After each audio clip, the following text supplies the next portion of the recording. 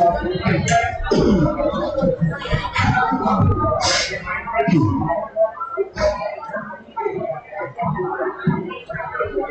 don't even think Quaker Valley has 30 kids dressed.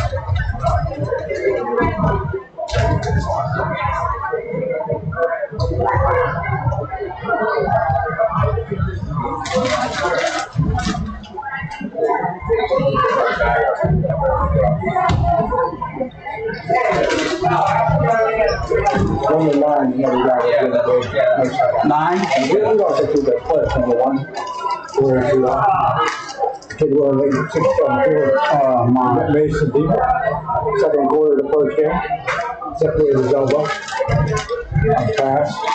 You don't have the number to begin with. Well, you're getting ready for heat season. That's what you're waiting on, huh? I'm still officially in the afternoon game. Why? At the end of the morning game. I said what I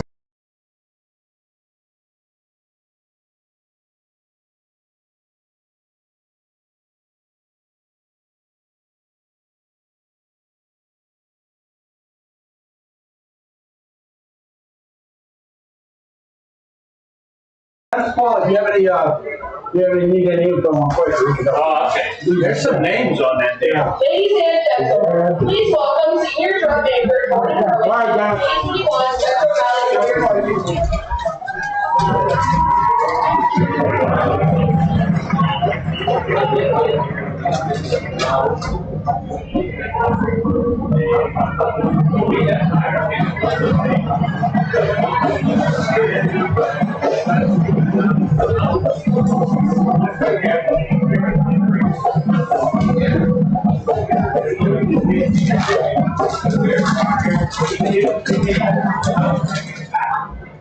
And now,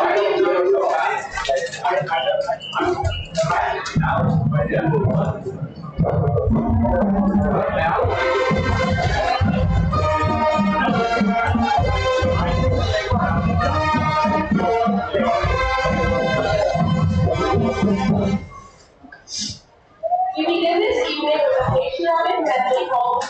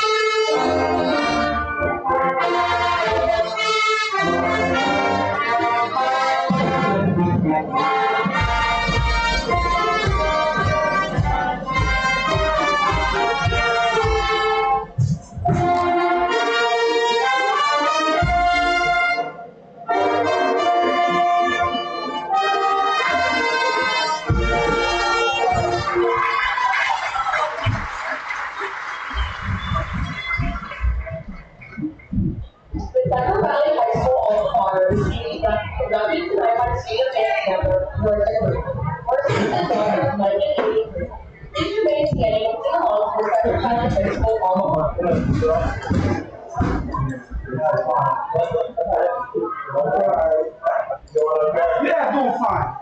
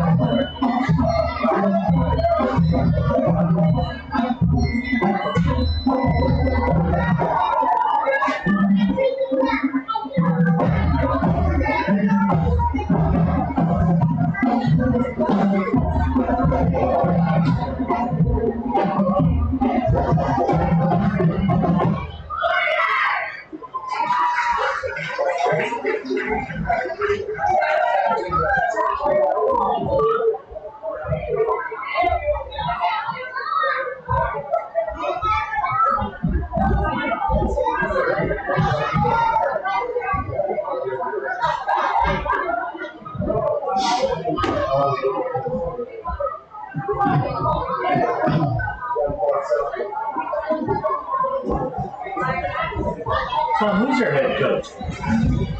Ron Baylog. Ron Baylog. Yeah, B-A-L-O-G. Thank you.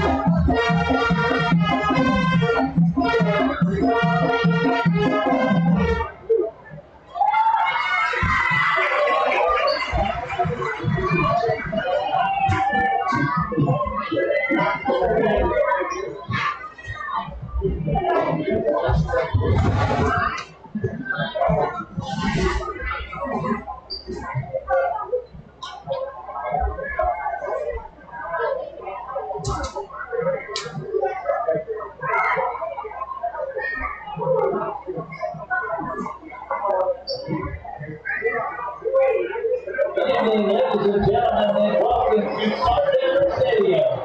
Tonight, your Central Valley Warriors host the Quaker Valley Quakers. Ladies and gentlemen, at this time, will you please welcome head coach Ron Bella and the Quaker Valley Quakers.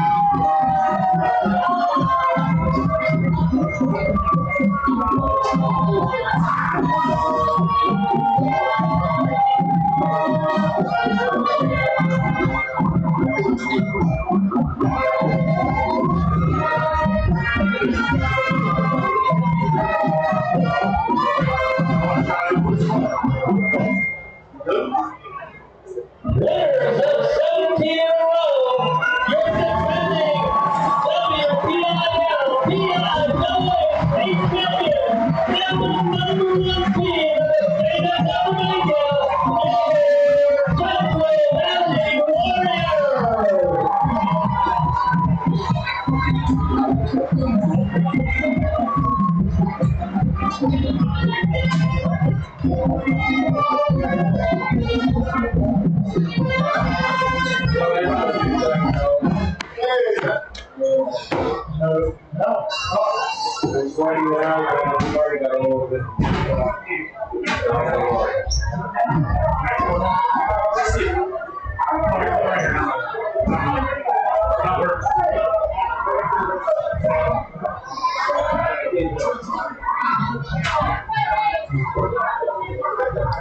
When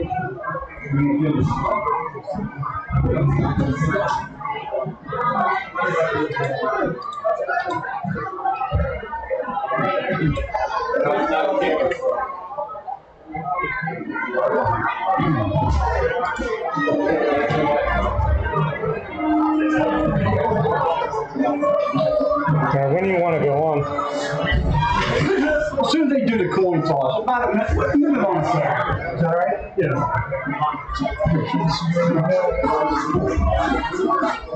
Your captain for tonight's game for Quaker Valley, number 3, Patrick Hutchinson. Number 21, Nathan Dix. And number 55, Abraham Higgins. Captains for Central Valley, number 4, Frank Wilson. Number 23, Landon Alexander. Number 50, Sean Fitzsimmons. And number 80, Jack Bible.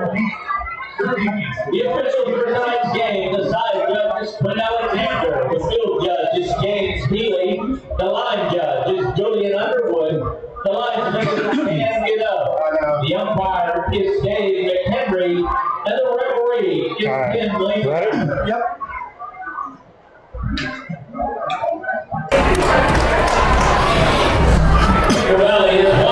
And welcome back to another beautiful night of high school football here on the Central Valley School District YouTube channel.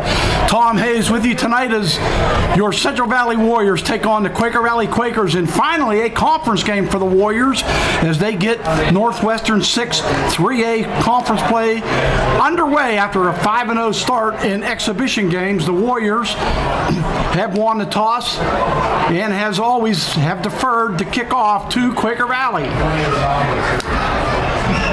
Quaker Valley led by head coach Ron Baylog, and of course Central Valley led by Mark Lyons, the only head coach that this school has known since 2010. Serafino DeSantis will kick it off for the Warriors at his own 40-yard line. Back deep is Patrick Kutchenberg for the Quakers. It'll go to the left side. Good return out across the 20 to the 25. On the return that time was Nathan Dix for the Quakers. So QV will take over at their own 26-yard line. Nice 15-yard return by Nathan Dix. That quarterback will be Connery Bulger for the Quakers tonight. Bulger is a 6-foot senior.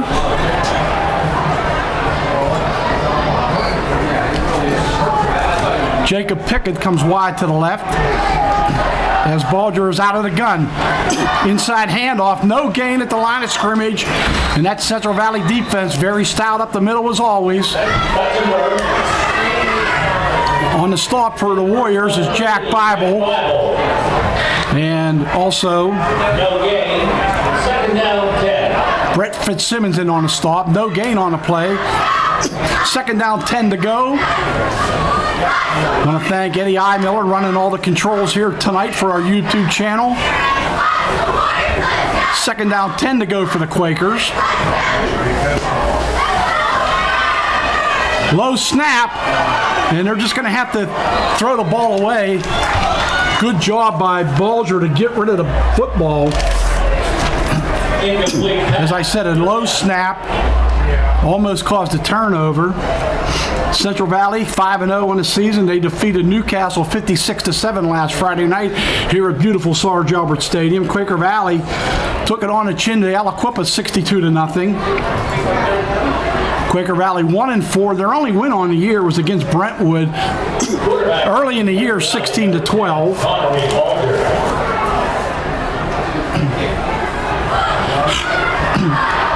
Third down, 10 to go for the Quakers.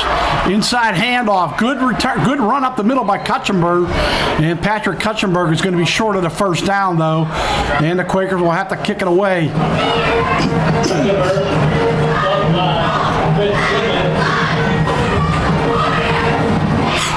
Just 4 football football seasons ago, Quaker Valley won the WPIAL and PIAA state championship in AAA, led by Jerry Vecchio, the longtime athletic director and coach at Quaker Valley, who took over right at the beginning of the season. Alexander with the punt return, and he's brought down immediately. And a flag on the play. Actually, they didn't see his knee was down. I thought his knee touched the turf. But we might have a hold on Central Valley on the return. But getting back to that Quaker Valley story, their head coach resigned right before the beginning of the season in 2017, and Jerry Vecchio came out of the broadcast booth, or the PA booth. He was the public address announcer for the Quaker Valley football team. He came out to take over the reins as the head coach, and lo and behold, he defeats Aliquippa in the championship game, the WPIL championship game, 2-0, and then the Quakers go on to win the state title against Middletown and Hershey to become state champs, and what a story that was. And of course, Central Valley, the reigning Class A, Class AAA state champions and back-to-back WPIL champs. Mark Lyons, his team have won 4 Whippeal titles in 2010, 2014, and 19 and 20. They're looking to go for the three-peat this year. CV at their own 23. Antoine Johnson's going to throw it. Thompson is caught at about the 40-yard line, still on his feet, all the way into Quaker Valley territory, inside the 40, down to the 37-yard line. What a catch by Javen Thompson. The pass was just a little bit high. Thompson went up and grabbed it for the big first down, and the Warriors were in business down to the Quaker Valley 37.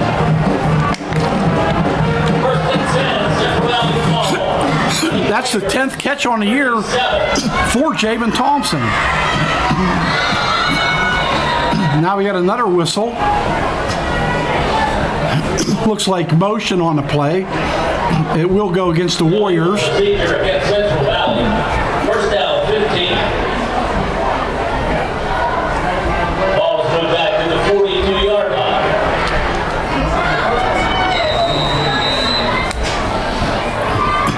First and 15 now for the Warriors. Puts them back to the Quaker Valley 42-yard line. Out of the gun, Antoine Johnson, the junior signal caller. He gives it to Alexander. Landon Alexander with a nice carry. Alexander. Gain of about 12 on the play. By Dick and Cutchenberg. Nathan Dix and Patrick Cutchenberg come up and make the stop for the Quakers. Gains to the 31. Second down, 4. Second down, 4 to go for the Warriors.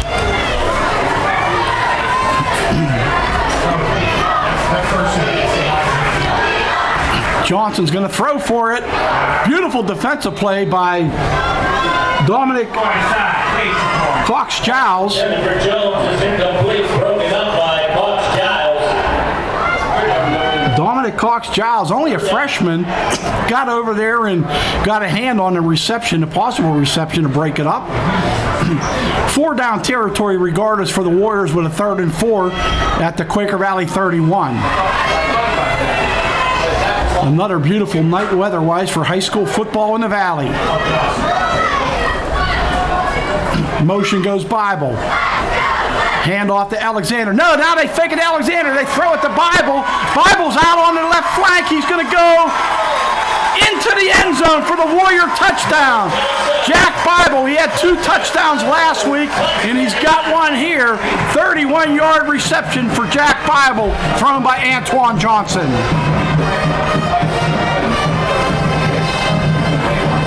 That was a great fake. Doesn't take much to fool me, but they fooled me on that play, giving the fake to Alexander and then a quick pitch to Bible on the left side out of the backfield. Serafina DeSantis on for the extra point. And his kick is up and good. So at 8:59 to go in this first quarter, Central Valley 7, Quaker Valley nothing. Central Valley 7, Quaker Valley nothing.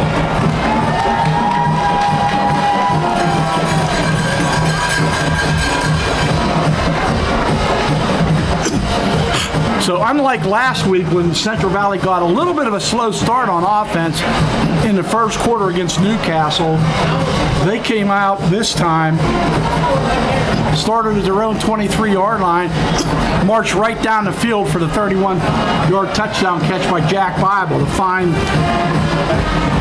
senior tight end. So DeSantis will kick it off again. His second kick of the night already.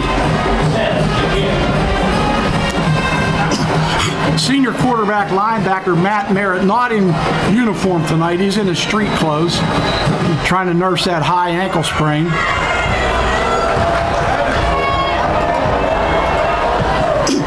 High deep kick by DeSantis. Dix is going to take it at his own 2-yard lines. Nathan's Dix out across the 20. Still on his feet to the 27-yard line. Nice return there by Nathan Dix. Donovan Jones on the stop for the Warriors. So Quaker Valley with their second possession. They were 3 and out on a punt on their first offensive set. First and 10, Quaker Valley's ball. They'll mark it at the 28.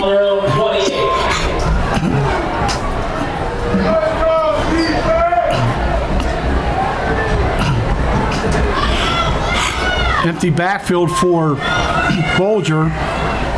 He's going to throw it. And a pass off the hands of Kutchenberg. He might have had some running room had he held on to it, but the ball was thrown out in front of him just a little bit as he went right to left on the little swing pass. Second down, 10 to go for the Quakers. Head coach Ron Baylog leading the charge. Athletic director Mike Mastriani, and also the head basketball coach at Quaker Valley. I want to thank their statistician, Dennis Pauly, as always, for helping me out with some numbers and information on the Quakers tonight. Up the middle, nowhere to run, nowhere to hide against that Central Valley defense. Jordan Karcheski leading the charge, along with Jackson Tanya.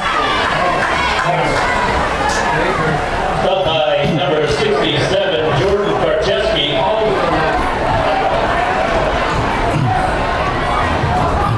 You look at those guys up front, like Karcheski I just mentioned, Jackson Tanya, Sean Fitzsimmons. Boy, if you're going to run on that front line, good luck. You're going to earn your paycheck.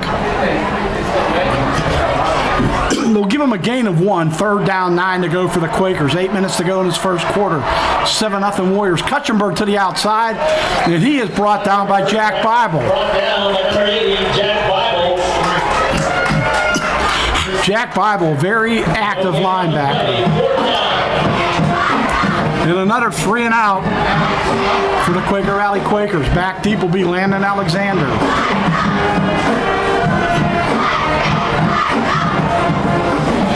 Landon Alexander deep to receive for Central Valley. Patrick Kutchenberg to punt it away, the senior. Short kick, and that's going to shank out of bounds. Depends on where they spot it.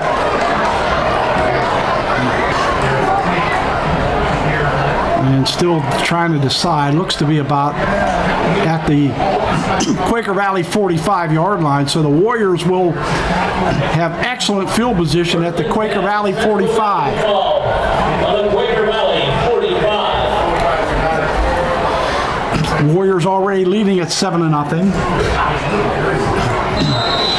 Their second possession with junior quarterback Antoine Johnson at the helms. Jet sweep to Alexander. Has an opening to the outside. Still on his feet, breaking tackles all the way down to the 22-yard line. Flag on the play, though, on the far sideline.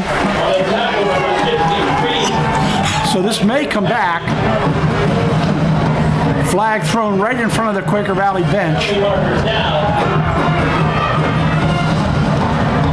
Historically, in the spot of a hold on one of your downfield blockers.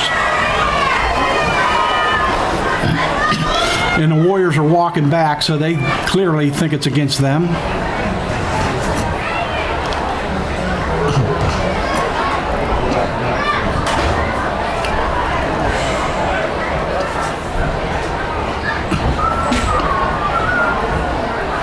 Quaker Valley probably dressed less than 30 kids tonight.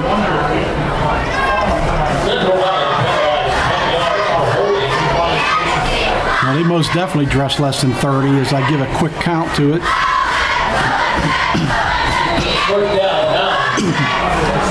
So they'll march it back to the 44. That'll bring up first down and 9 to go for CV.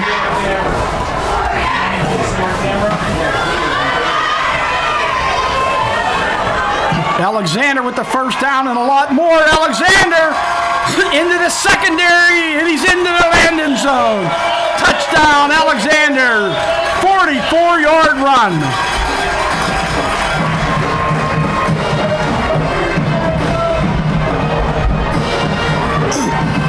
Alexander the Great breaking tackles, and then once he gets into the secondary, just Katie bar the door. You're not going to catch him.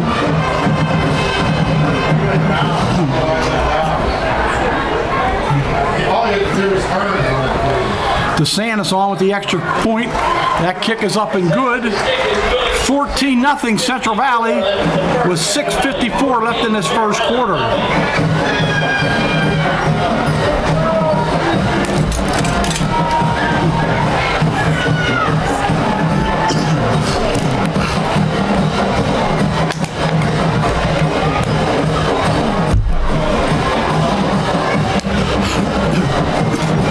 Now if you're Ron Baylog, you just somehow you have to keep your troops heading into the football game. Already down 14-0 early on.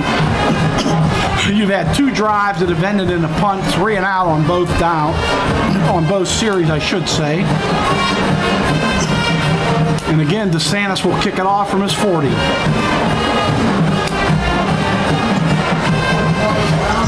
Good crowd on hand. Not as big as senior night last week. Warriors will be on the road next Friday night to Keystone Oaks.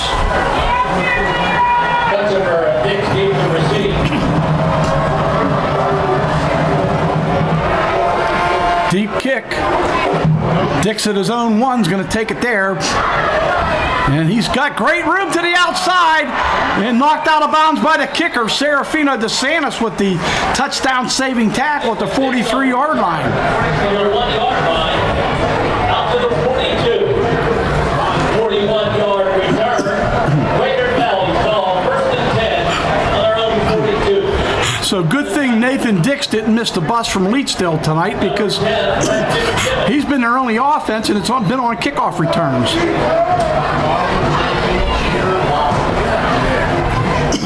They'll mark him at the 42-yard line. First and 10 Quakers there.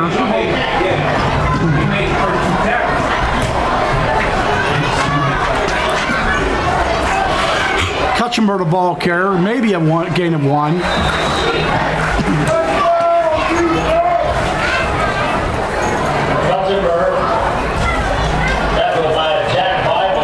Jack Bible, Peyton Bauer in there. And Peyton Bauer. Second down, 9 to go for the Quakers. 14-0 Central Valley early on. 6:19 to go in this first quarter.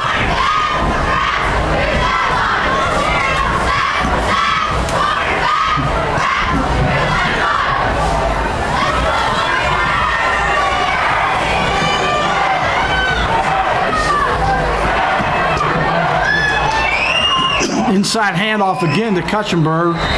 He's brought down by Cody Anderson and Jackson Tanya. Sean Fitzsimmons there as well, the Pitt recruit. Had a great talk with his dad, George, before the game. Such a nice man who was a star at Monaca High School in his own right.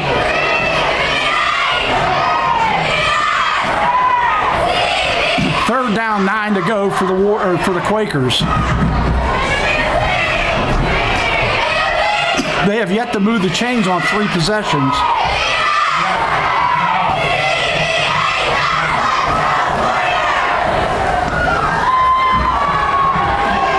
Pass is caught, hit immediately by Bryce Wilson, was the receiver.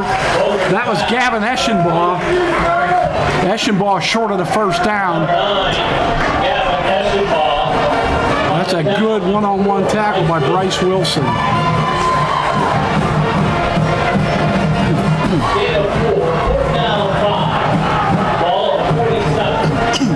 And they'll have to kick it away for a third time. Will the Quakers? 4:45 to go in this first quarter. High snap. Kutchenberg boots it to the side away from Thompson, but Javen's going to pick it up on the run, and he's to the outside with good yardage. And another flag, 2 flags on the play, so this may be coming back a little bit. Javen Thompson on the return, penalty markers down. Flags at the 30-yard line. Thompson took it out to the 47. 59. But I think it's coming back.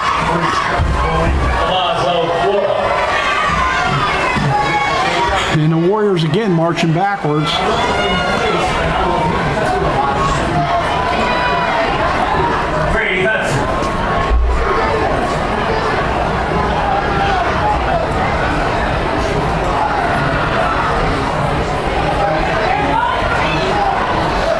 Still waiting on the call. Good to see Lenny Leeper, the officials evaluator here tonight. Illegal use in the hands against the Warriors.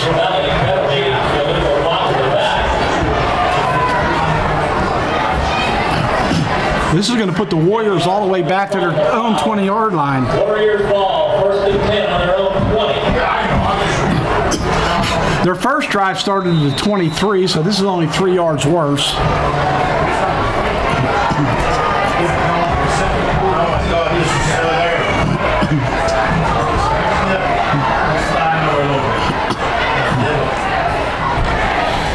Alexander breaks to the outside. He's got some yardage.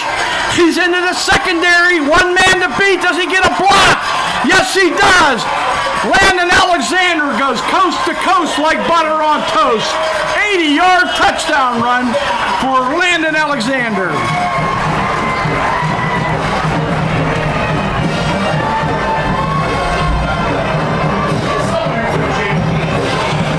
Landon broke a tackle at the line of scrimmage. It wasn't like he had clear sailing. Once he broke that tackle and bounced to the outside, forget about it. There, he just raced to the end zone on the far sideline, right in front of the Quaker Valley faithful. So Alexander with over 120 yards on 2 touchdown runs. Serafino DeSantis with the extra point, and it's 21-0 Warriors. They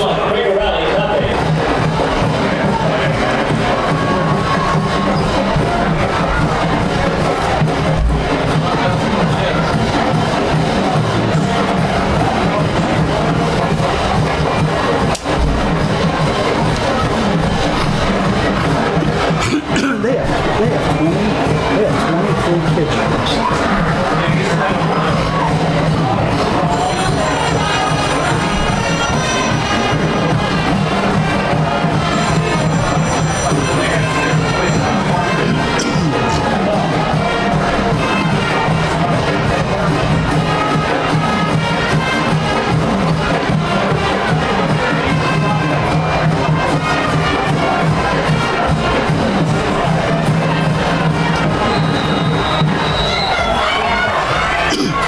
DeSantis to kick it off again for Central Valley as the Warriors lead at 21-0. Deep kick. Again, it'll be Dix at his 3-yard line. Nathan Dix on a return. He's been a workhorse on special teams, and another good return out across the 25-yard line. No market there at the 26. Dix from the 3.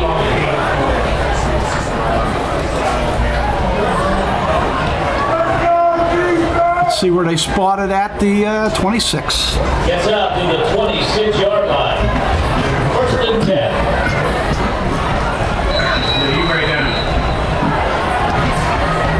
Dix right out of bounds by number 3, Ryan Jeter.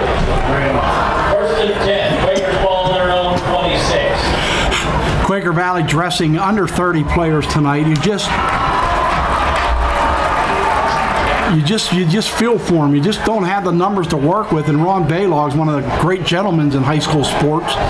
And they're going to do their best as Kutchenberg makes the catch. Brought down by Landon Alexander.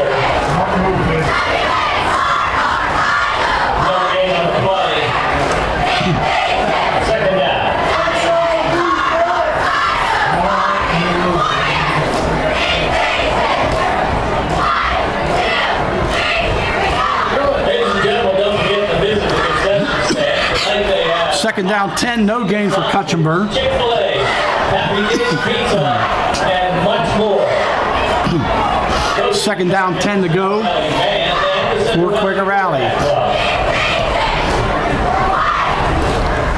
Cutchenberg again the ball carrier. Nice gain of about 5 that time. Brought down by Tanya. Down by 53. Jackson Tanya. Third down 5, the ball on the 31.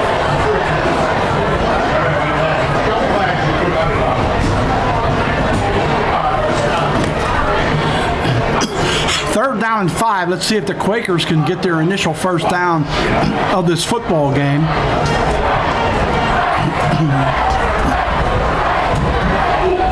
They're going to throw for it, and short of the first down will be Dix. Run down by number 80, Jack Bible. Jack Bible with the stop on Nathan Dix.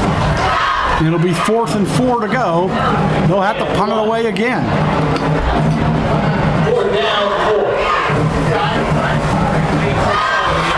4. 4th punt on 4 consecutive offensive series for Quaker Valley.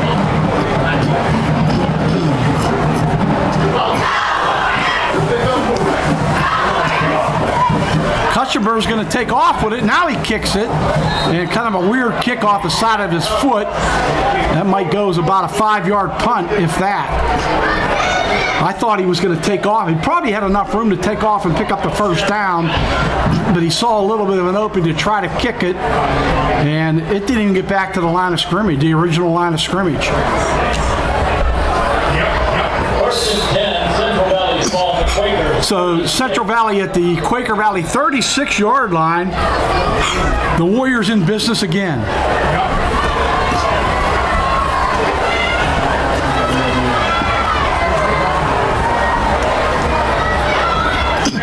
Alexander's brought down. One to stop for Quaker Valley was Abraham Dajdid.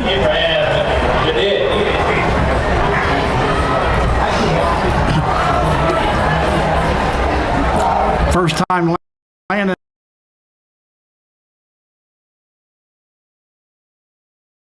Alexander hasn't gained any yards on a carry. Second down, 10 to go.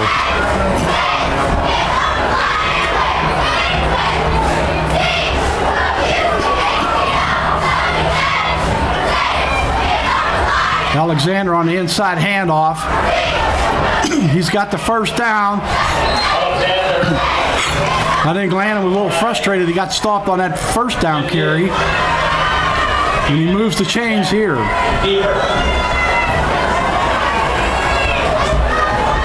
and 10, Warriors ball. On the Quakers, 23.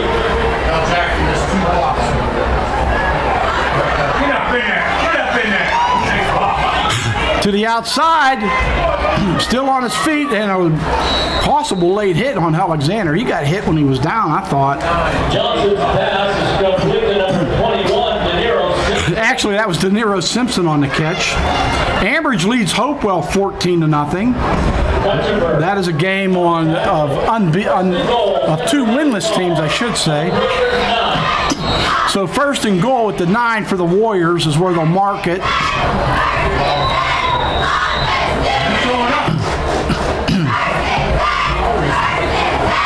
Timeout. I think the Warriors burned one here.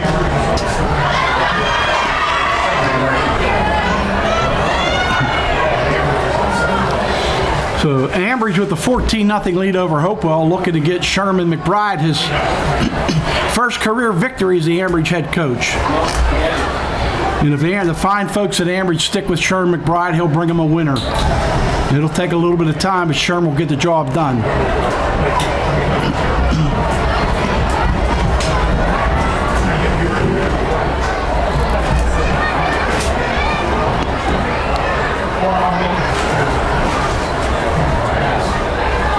Might have been an injury timeout because they have not taken a timeout off the board.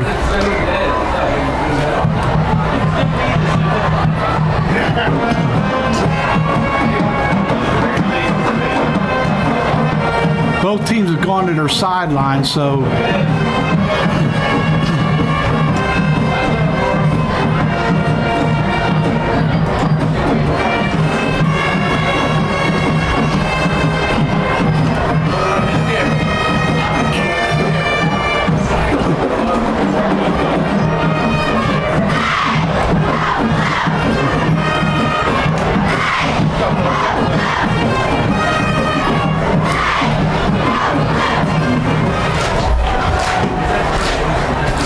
actually is a player down on the far sideline now that I look closer, I believe.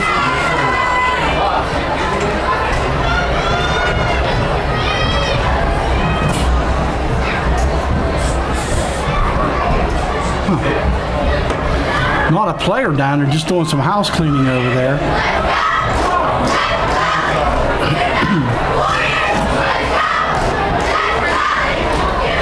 So just under a minute to play in this first quarter. The Warriors lead at 21-0. Central Valley with a first and goal at the 9-yard line. Already 2 touchdowns by Landon Alexander and 1 by Jack Bible. Serafino DeSantis, perfect on his extra points. Good to chat with him and Coach John Barr before the game as he was loosening up for this contest. Sidecar Alexander, they're going to throw for it into the end zone. Touchdown, Javen Thompson from 9 yards out from Antoine Johnson.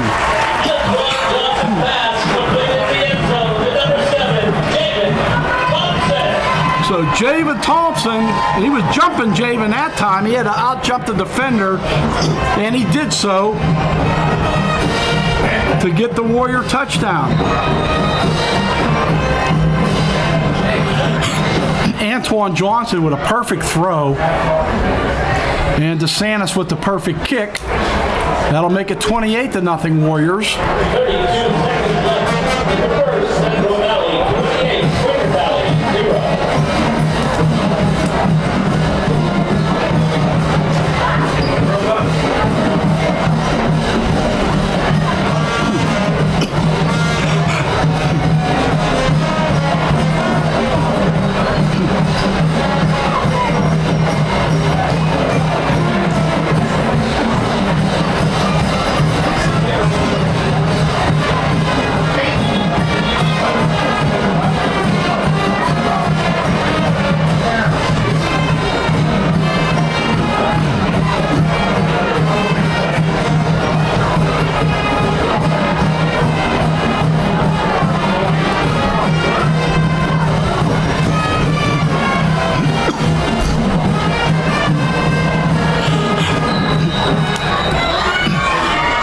Still 30 seconds to be played in this first quarter. It's 28-0 Central Valley.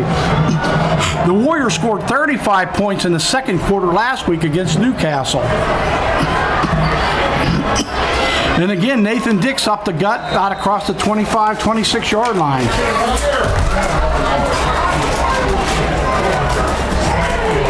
Nathan Dix on the return of the tackle. Number 1, Marcus Lawson.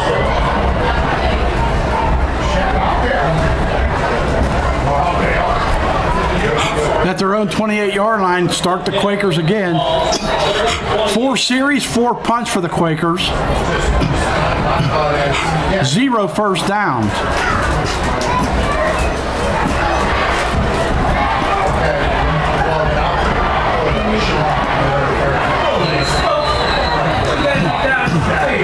Warriors got a flag on the play, a late substitution.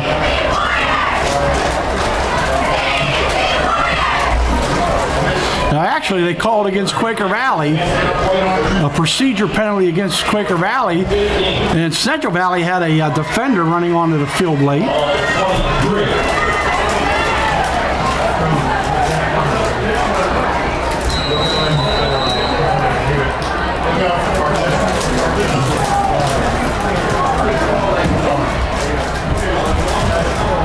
Kutchenberg, the ball carrier. Can't get to the outside. Brett Fitzsimmons is there. And also John Peterson. Kutchenberg. Tackled by number 17, John Peterson, and number 10, Fitzsimmons. And that'll do it after 1 quarter. It's been all Central Valley. The Warriors lead it 28-0.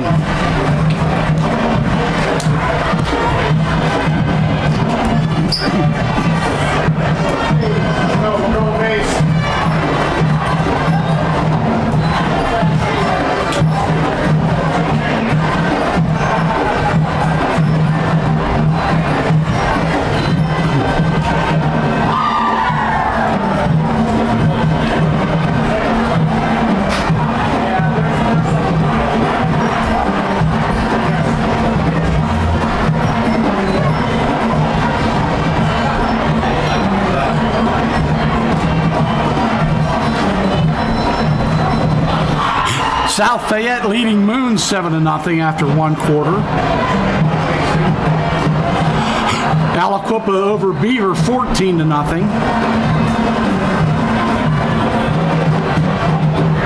Again, a lot of our scores brought to you by the Western Pennsylvania High School Scores and Updates, led by Administrator Bill Boggs.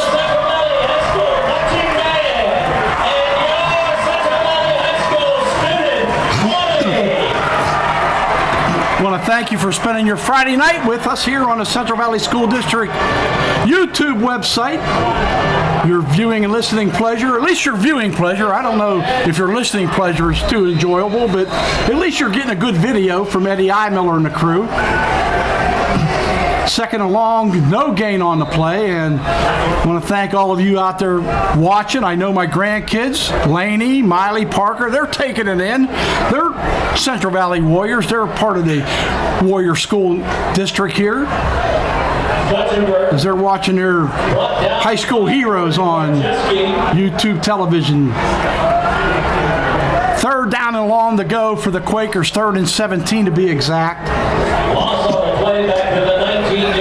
And this defense, led by defensive coordinator Wayne Tatalovich, it is just, I mean, Quaker Valley's a little outmatched, but this defense is good against anybody. Pass is incomplete over the middle. Fitzsimmons with the pressure up the gut. Nathan Dix, the intended receiver.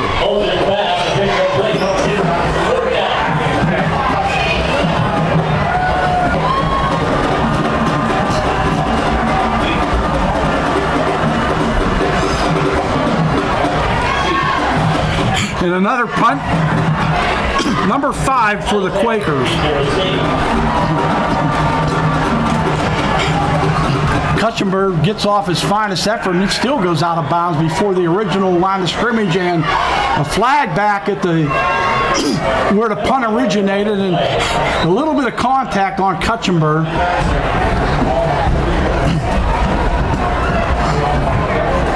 So the only mistakes the Warriors have made have been penalties tonight.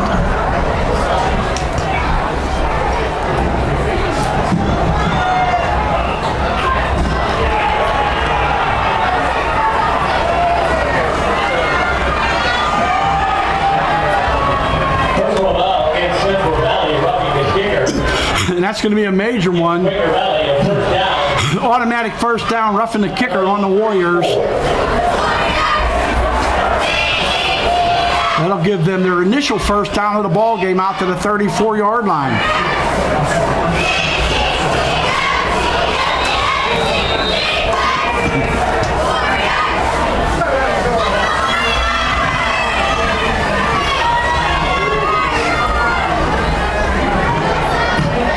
See if Quaker Valley can take advantage of this roughing the punter penalty on CV and try to get some motion on offense. A little momentum, and they fumble the football, and Bolger falls on his own muff.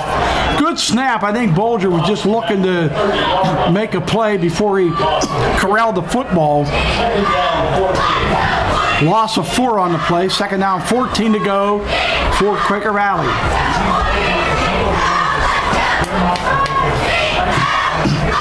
They may be struggling in football, but you know what a soccer power they are, and what a great job their athletic director and basketball coach Mike Mastroianni does in hoops. You know there'll be a force in basketball coming up in the winter. But Ron Baylog's a good coach and a fine gentleman, and he'll get these kids turned around. Kutchenberg with the catch. Kutchenberg breaking some tackles, and now he can't break that one as he got back to the line of scrimmage. Bible with the big hit.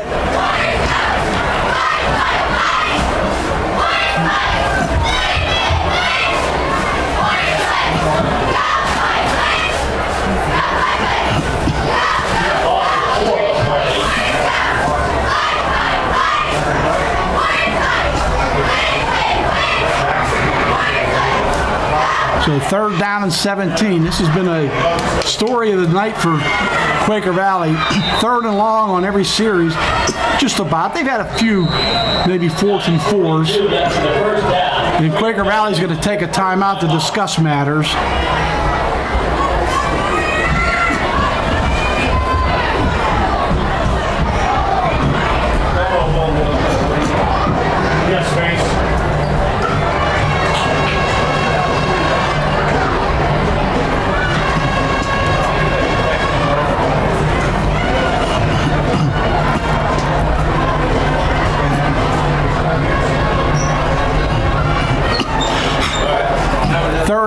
wrong if you're Ron Baylog, the head coach of the Quakers. Well, I don't know what you have in the playbook against this defense.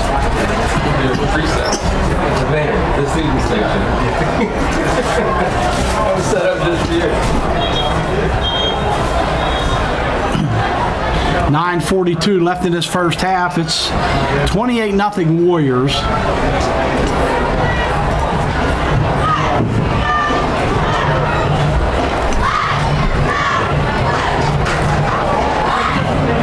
Third down, 17.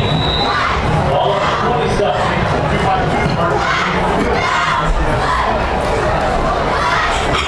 And they're going to hand it off, and that's going to go nowhere. So very conservative call as Gavin Eschenbaugh can't get back to the line of scrimmage. No gain, 4th and 17. Jack Bible defensively for the Warriors. Landon Alexander back at midfield for the punt. 4th down, 21.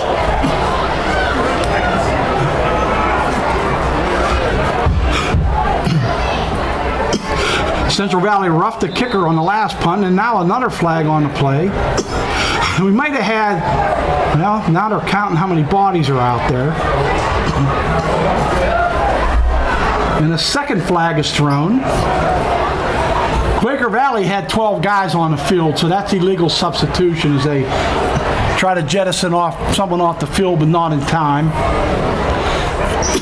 You're not allowed to have 12 guys in the huddle anyway, so it would have been a penalty regardless.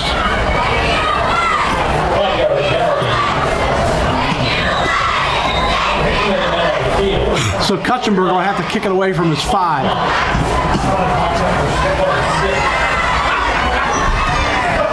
Direct kick.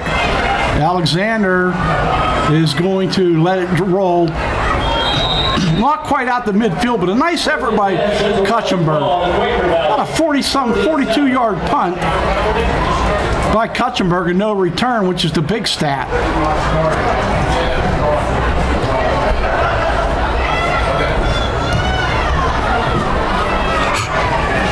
So Central Valley again starts in Quaker Valley territory at the 47-yard line.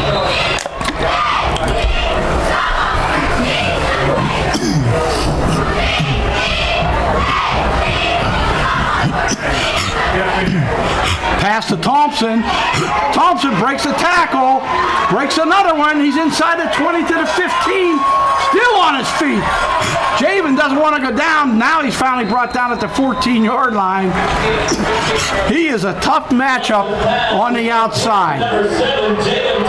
Thompson listed at 6'2", 190. Kutchenberg saved the touchdown. I don't know if you can guard Thompson man-to-man. I know I wouldn't want to be a cornerback on that job. End zone, pass incomplete.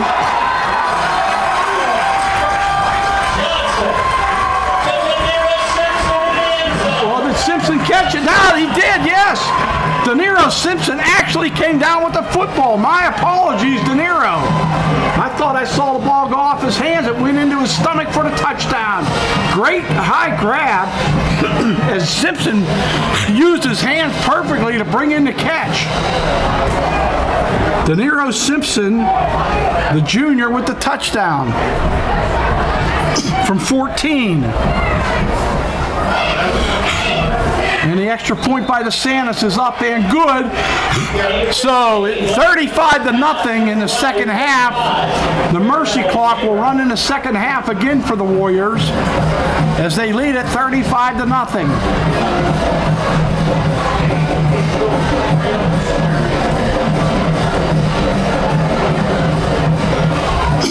De Niro Simpson had me fooled. He went up high for the catch, brought it in with his hands. I thought the ball went off his fingertips, but he brought it in. Great effort by the junior. Antoine Johnson put it right on his fingertips again.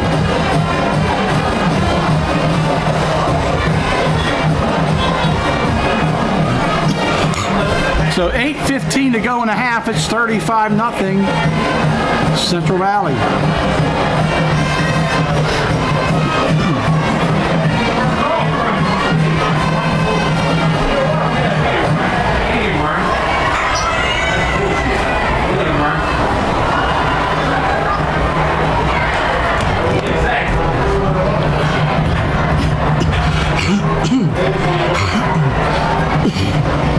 So again, Mark Lyons is going to have to figure out his substitution patterns in the second half early on. Another deep kick, and Dix takes it as 2. Trips and falls at the 15-yard line. The turf monster got a hold of Nathan Dix at times.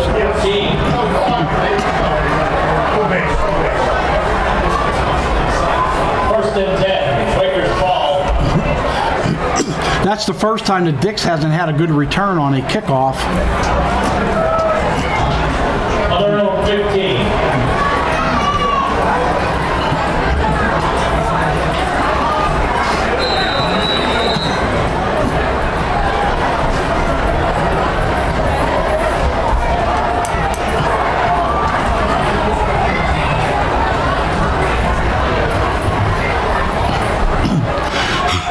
Pass incomplete by Bolger.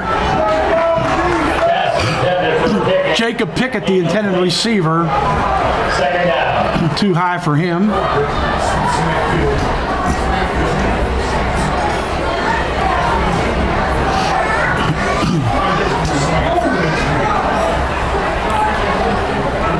Second down 10. Of course, if this was in the second half, the mercy clock would be running, and in an incomplete pass, the clock would continue to run. But even though it's 35-0 now, even if Quaker Valley scores, the mercy rule has already been invoked, and it'll be enforced in the second half. That is just the rules. Kutchenberg has the football, and he has nowhere to run. Kutchenberg brought down by Jordan Korcheski. Jordan Karcheski with the stop up front for the Warriors. Loss of 1. Third down, 11 ball. His dad, Tom, was the former head coach in basketball at Monaca High School, and his grandfather, an administrator in Beaver Falls for so many years at Beaver Falls High School. Third down, 11 to go for the Quakers.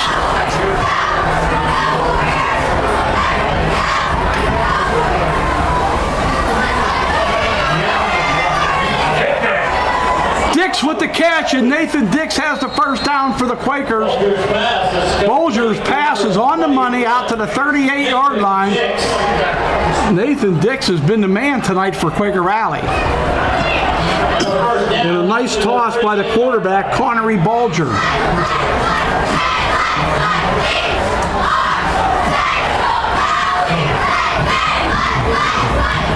Very impressive play there by the Quakers as they get it out to about the 38-yard line.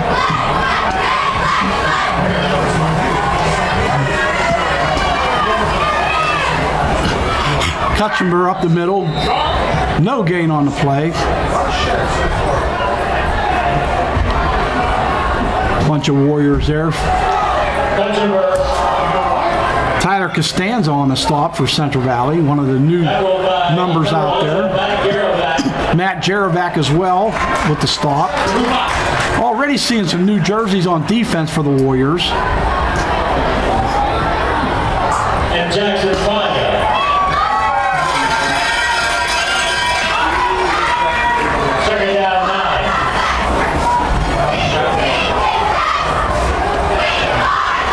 Bolger to throw it again. Little screen pass is incomplete. Incomplete pass. Off the hands of Pickett. Third down. Third down, 9 to go for the Quakers. 6:05 left in the first half. 35-0 CV. The #1 team in the state, looking like it here in the first half at Sarge Albert Stadium. Tom Hayes with you tonight on the Central Valley School District YouTube channel. Thanks to Ed I. Miller, doing all the work by himself technically tonight. Ed, I'm very impressed.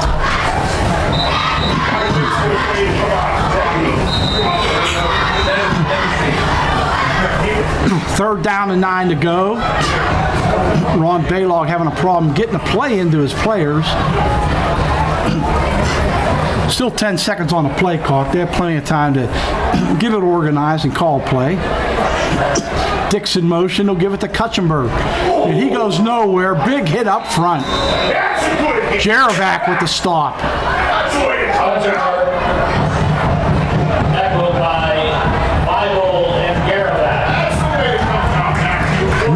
on the play, 4th down and 9.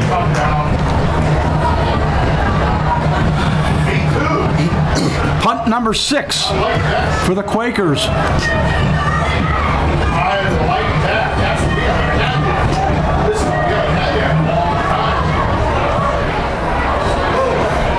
Alexander catches this one, and Alexander looking for some running room up the sideline. He's got it.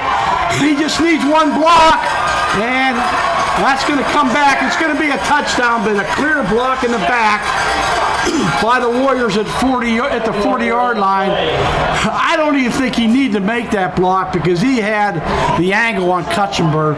Kutchenberg was hit clearly in the back, so this touchdown is going to be called back for the Warriors. Landon Alexander with 16 touchdowns on the young season. Well, it's mid-season, actually. It's not so young anymore. This is week number 6. Landon, the leading rusher in the WPIL, 846 yards coming into the contest, averaging over 10.5 yards a carry. And he has well over 120 yards rushing tonight, probably close to $150. I gotta have Big Norm fax us up the stats here in the box. Brett Fitzsimmons with the football. Brett to the outside. There he goes, Fitzsimmons. Brett Fitzsimmons is going to take it to the house for the touchdown. From midfield, 50 yards for Brett Fitzsimmons. He made one move, got to the outside, and took it in for 6.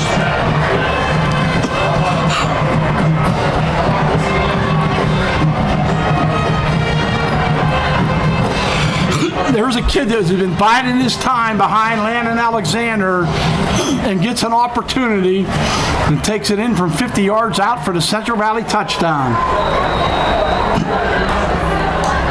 Brett Fitzsimmons, he's a good mix of speed and power. And the extra point is good by Serafino DeSantis. 5 minutes to go in the half. Central Valley 42, Quaker Valley nothing.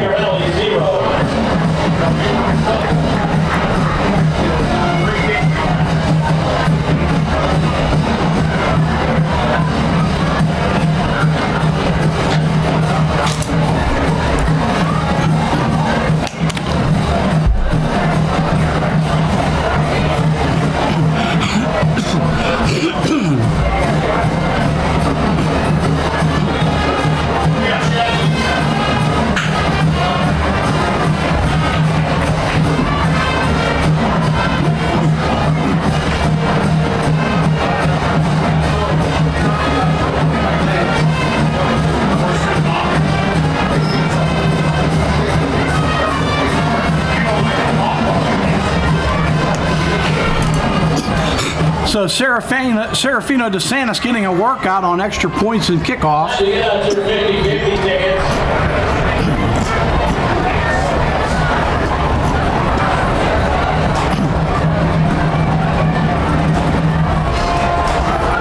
And that ball's going to go out of bounds at the 12-yard line. Winning number is the 50-50 white ticket. DeSantis has a strong leg. He has 2 43-yard field goals on the season. And from what I've seen, I don't think I've seen him miss an extra point. But the only problem, sometimes he does kick the ball out of bounds on the kickoffs. 503 749 503. You have this ticket. Please bring it to the press box. Quaker Valley should get the ball at the 35 unless they elect to make Central Valley kick it again. If I'm Quaker, I take it at my 35. And I think Coach Baylog says the same thing.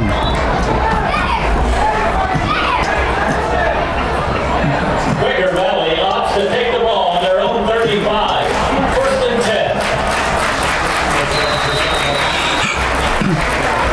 10. So the Quakers with the ball at the 35. Trailing it 42-0. Pass is intercepted right over the middle. Flag on the play, and that's Matt Jarovac with the interception. Intercepted by number 11, Matt Jarovac. Let's Let's see what the call is.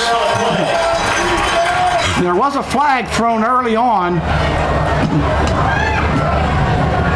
I think it might have been a hold on Quaker Valley, and it is. So the Jerovac interception will stand. Against Quaker Valley for holding the penalties decline. Central Valley's ball.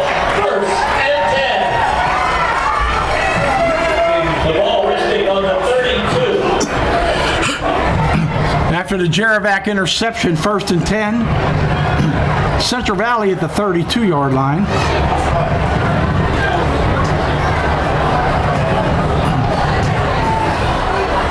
First and 10 from the 30.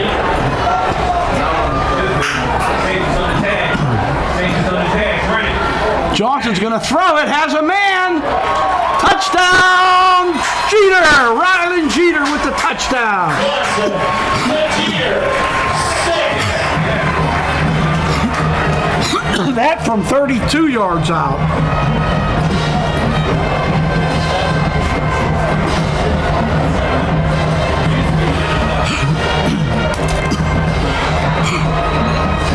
So that's 1, 2, 4 touchdown passes by Antoine Johnson. He had 4 against Newcastle last week. DeSantis' kick is up and good. 49-0 Central Valley. Makes it 7 for 7. 4:48 left in the first half. Central Valley 49. Quaker Valley 0.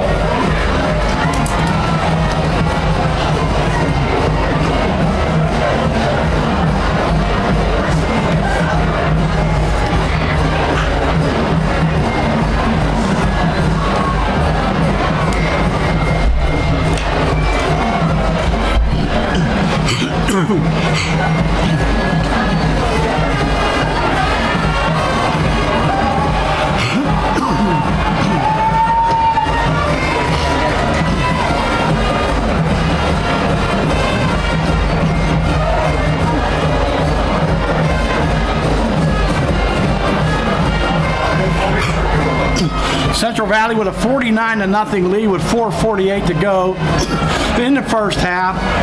If you're Central Valley, you still have to work. It's still the first half. You got to work on your offense. That's why you throw the ball. Johnson, technically the backup quarterback with Merritt out with the injury, but Johnson is no normal backup, trust me. And that ball is going to go into the end zone for the touchback. First time DeSantis has kicked one into the end zone. Quaker's ball, first and 10 on their own 20. After the first play,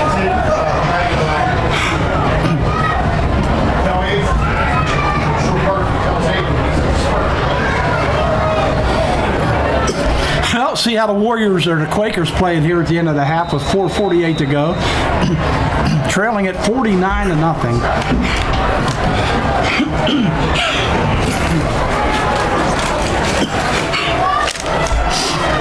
First and 10.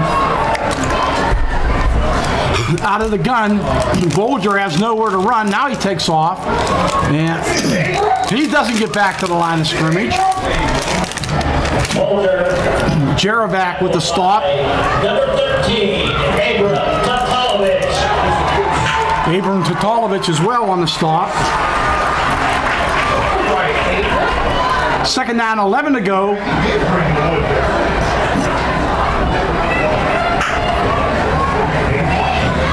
Loss of 1. Second down, 11.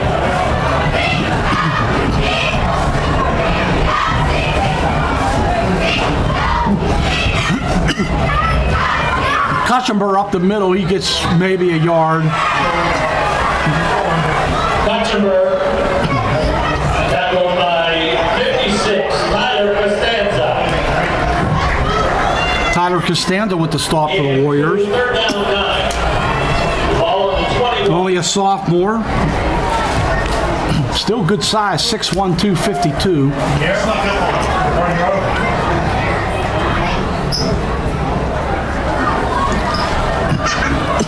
Third down, 9 to go for the Quakers as they trail at 49-0, 3:30 to go in the first half. Jet sweep to Dix. Nathan Dix blocked down by Donovan Jones. Nice corner coverage there by Jones on the stop. And Dix is shaken up on the play. Certainly the last thing Quaker Valley needs is another injury. Coming in here tonight with under 30 players in uniform. That's tough at the AAA level to compete.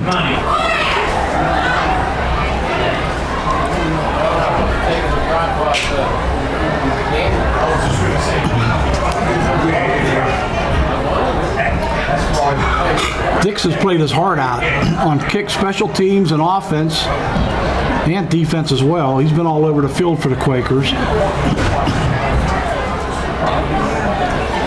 You wish the best for him. Hopefully it's nothing serious. He can get up and come back into the ball game. Regardless, that brings up a 4th down and about 10 to go for the Quakers.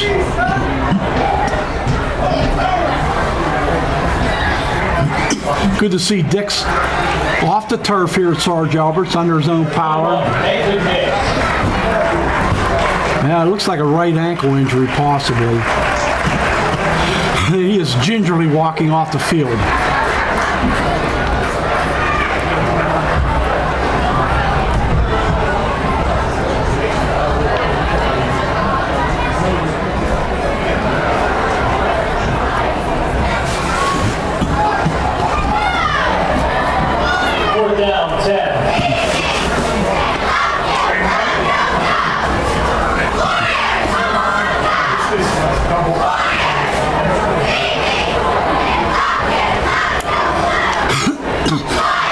Quaker Valley's under center. Their player's still on the field. Now they noticed that Nathan Dix is still on the field. They were ready to run a play before Dix got off the field after his injury. 4th and 10, they'll have to punt it again.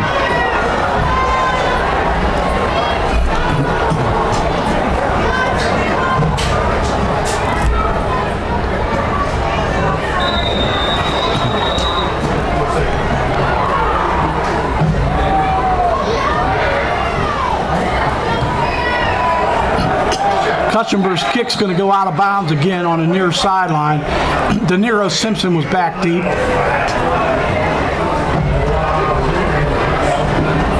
First and 10, Central Valley's ball, the Quakers 40.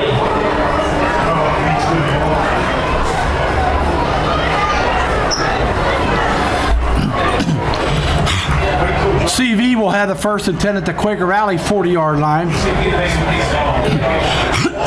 Lone setback is Brett Fitzsimmons.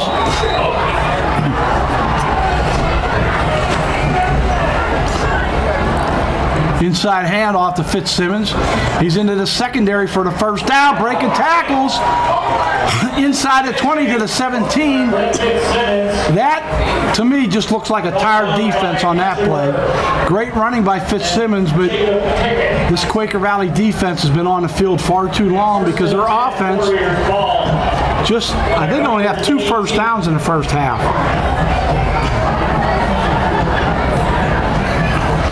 It's pretty much the same 11 going both ways anyways. Johnson on a keeper.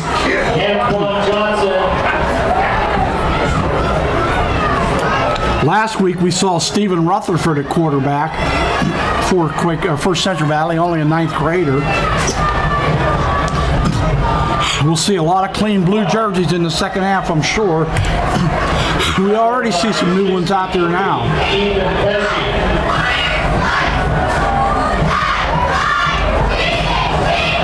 Guys like Caden Colville now on the offensive line. Fitzsimmons up the middle.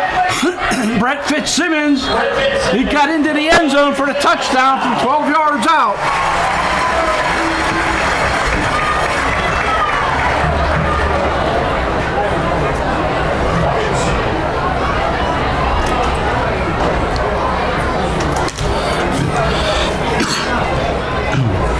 Touchdown number 8 for the Warriors in the first half.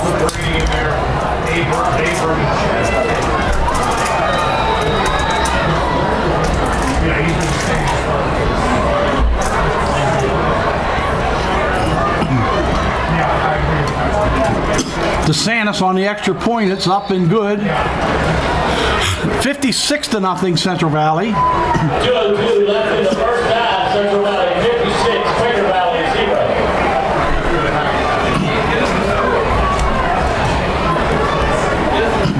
Yeah, no one likes to see this. You see a lot of scores like this because there's a lot of in high school football. There's a lot of haves and have-nots anymore. And I really partial blame has to go to the PIAA for having 6 classifications in football. It certainly has watered things down competitively, I believe, and I think a lot of people might agree with me that maybe in the eastern part of the state it works a little better, but here in western Pennsylvania, we just don't have enough kids playing high school football to have 6A squads.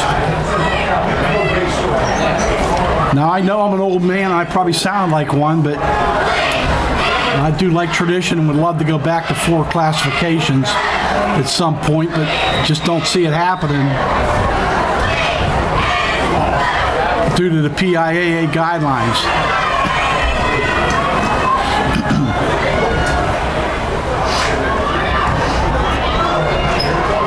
Good boom into the end zone again. Second consecutive touchback by Serafino DeSantis. Quakers ball under 20.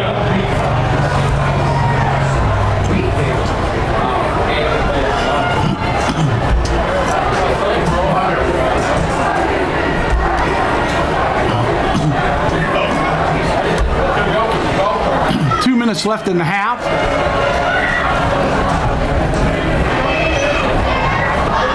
Warriors in command.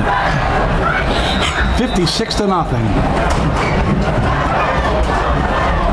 At nose tackle, Tyler Andrusik, only a freshman. Caden Colville on the right end playing defensive line now for Central Valley. Kutchenberg to football and breaking tackles. Got a nice gain of 5. Good pickup there by Kutchenberg. On the stop for the Warriors was Brady Hudson. 75 from the 25.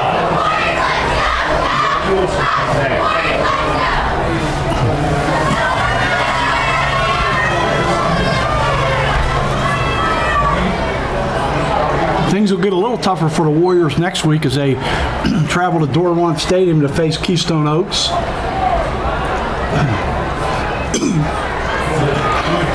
Nowhere to go up the middle. Kutchenberg again, the ball carrier. Quaker Valley will host Hopewell. Winless Hopewell, who was trailing Ambridge 14-0 last I heard.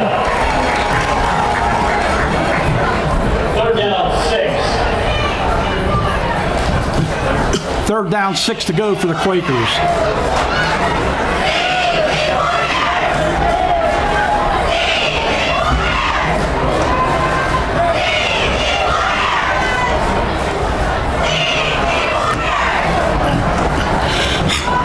"35 seconds to go in the half." And we got a timeout. Quaker Valley, they want to try to pick up this first down so they can run out the clock.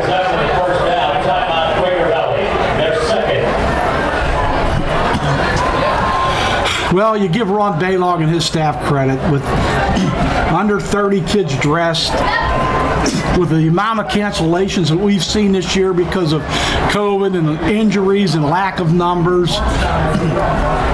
It's great to see that Quaker Valley, said, hey, we're going to put a football team on the field and do the best we can, and they deserve a lot of credit for that.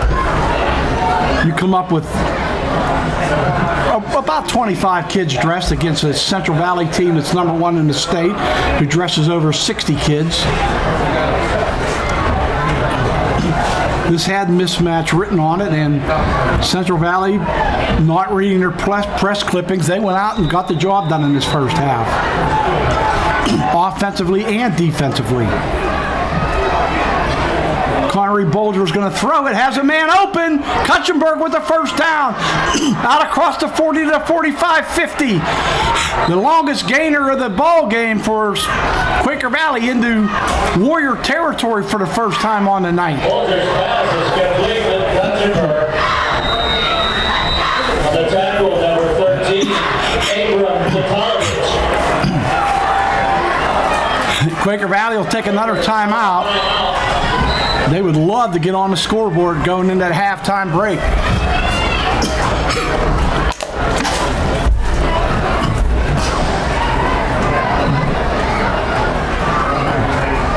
lined up right, they just hit it when we were over it. If you have a bumper bruise for the Warriors, you're not going to see the field in the second half. This big of a lead, you'll rest anyone who's questionable with an injury or illness. Already several starters on the sidelines getting an early break in this one for the Warriors.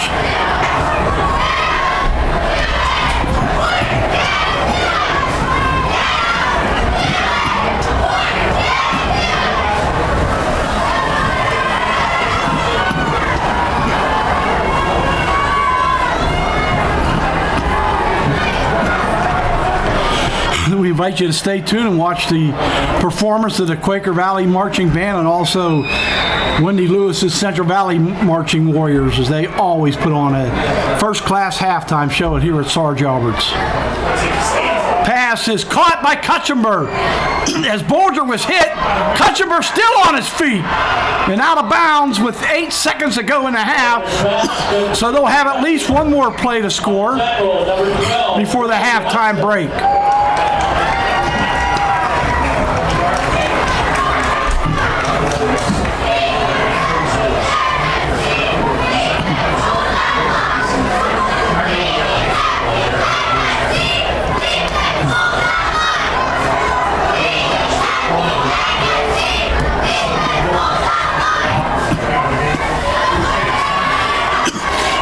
Pass into the end zone, touchdown Quakers! Jacob Pickett with the catch from 23 yards out. In the end zone to number 7, Jacob Pickett.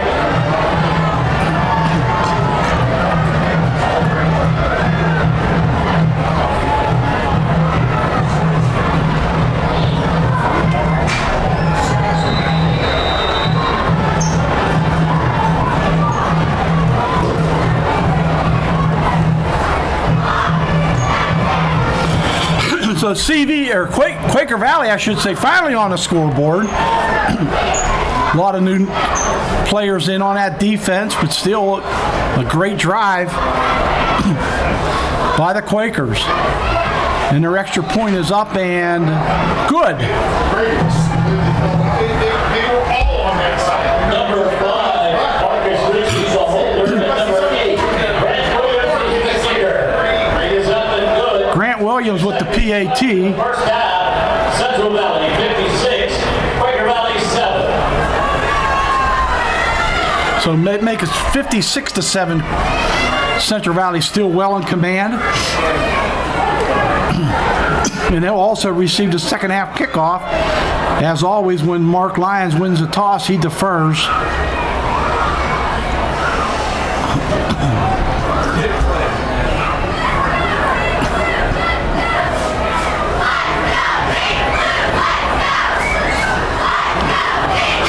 You got to admire the fight in the Quakers to come down with that little time to mount a scoring drive.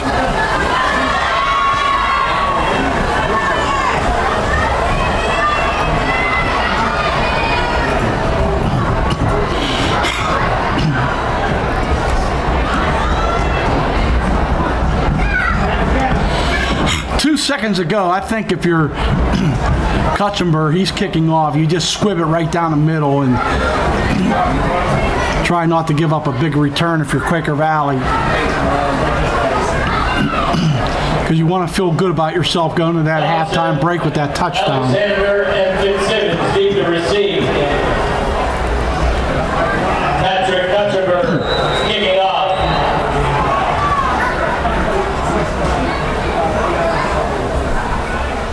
And that's what they do. They squib it.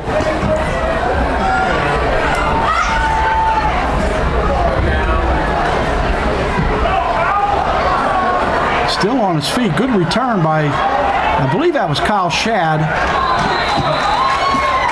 Got it all the way out to midfield, but that'll run out the clock in the first half. It's been all Warriors in this one. At the halftime break, Central Valley 50.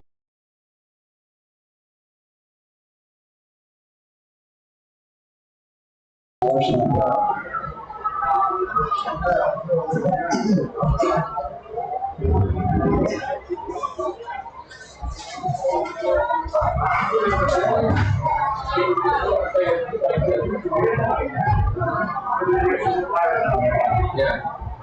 Building?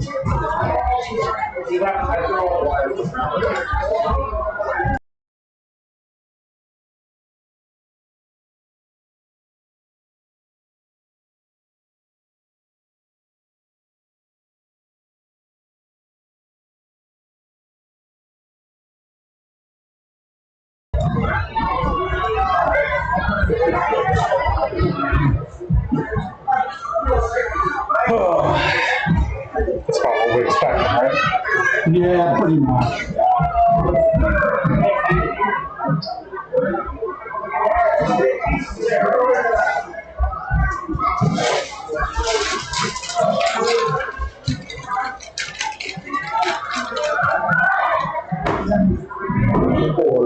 I don't know, sir. You guys just don't have enough players. Number 10, Brett Fitzsimmons. Number 10.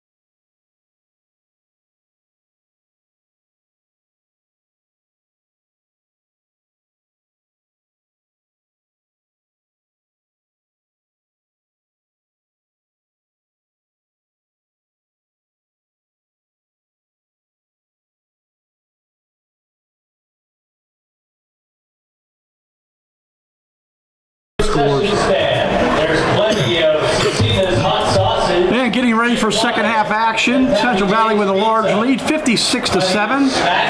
Taking a look at our local scoreboard. Aliquippa 28, Beaver nothing. The Central Valley.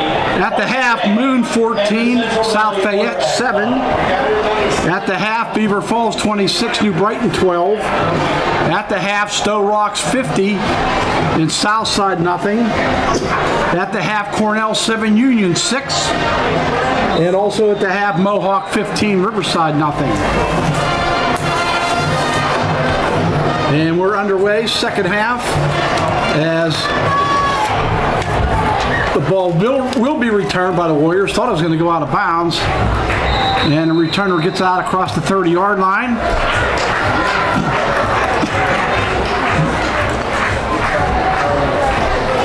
Get your number here momentarily. Don Lindsay on the return. Dawn Lindsay, a sophomore, 55. on the return. Abraham Jadid.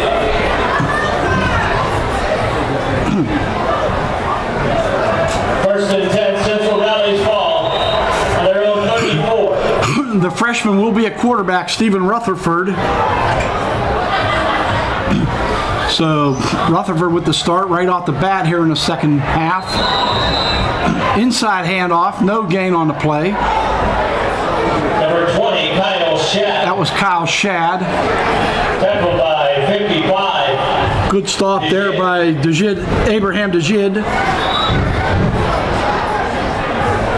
No gain.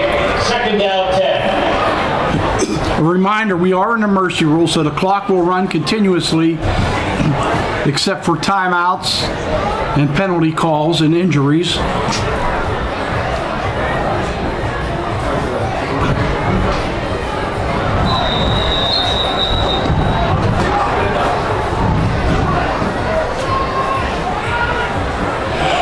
Shad, the ball carrier, pretty good yardage, close to the first down. Maybe probably a yard and a half shy of the sticks. Tackled by 24.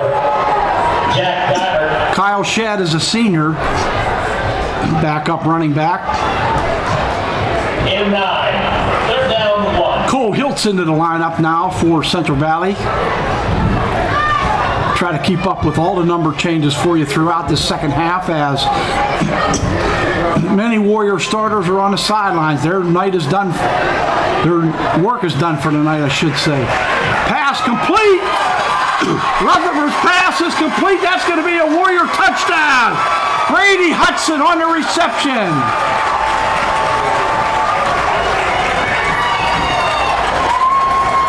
"57 yards. Rutherford's pass is complete to number 12, Brady Hudson for a touchdown. Brady Hudson, the junior, with the touchdown.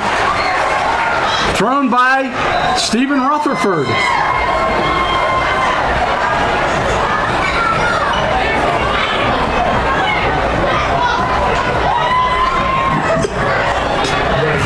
Extra point is up and good.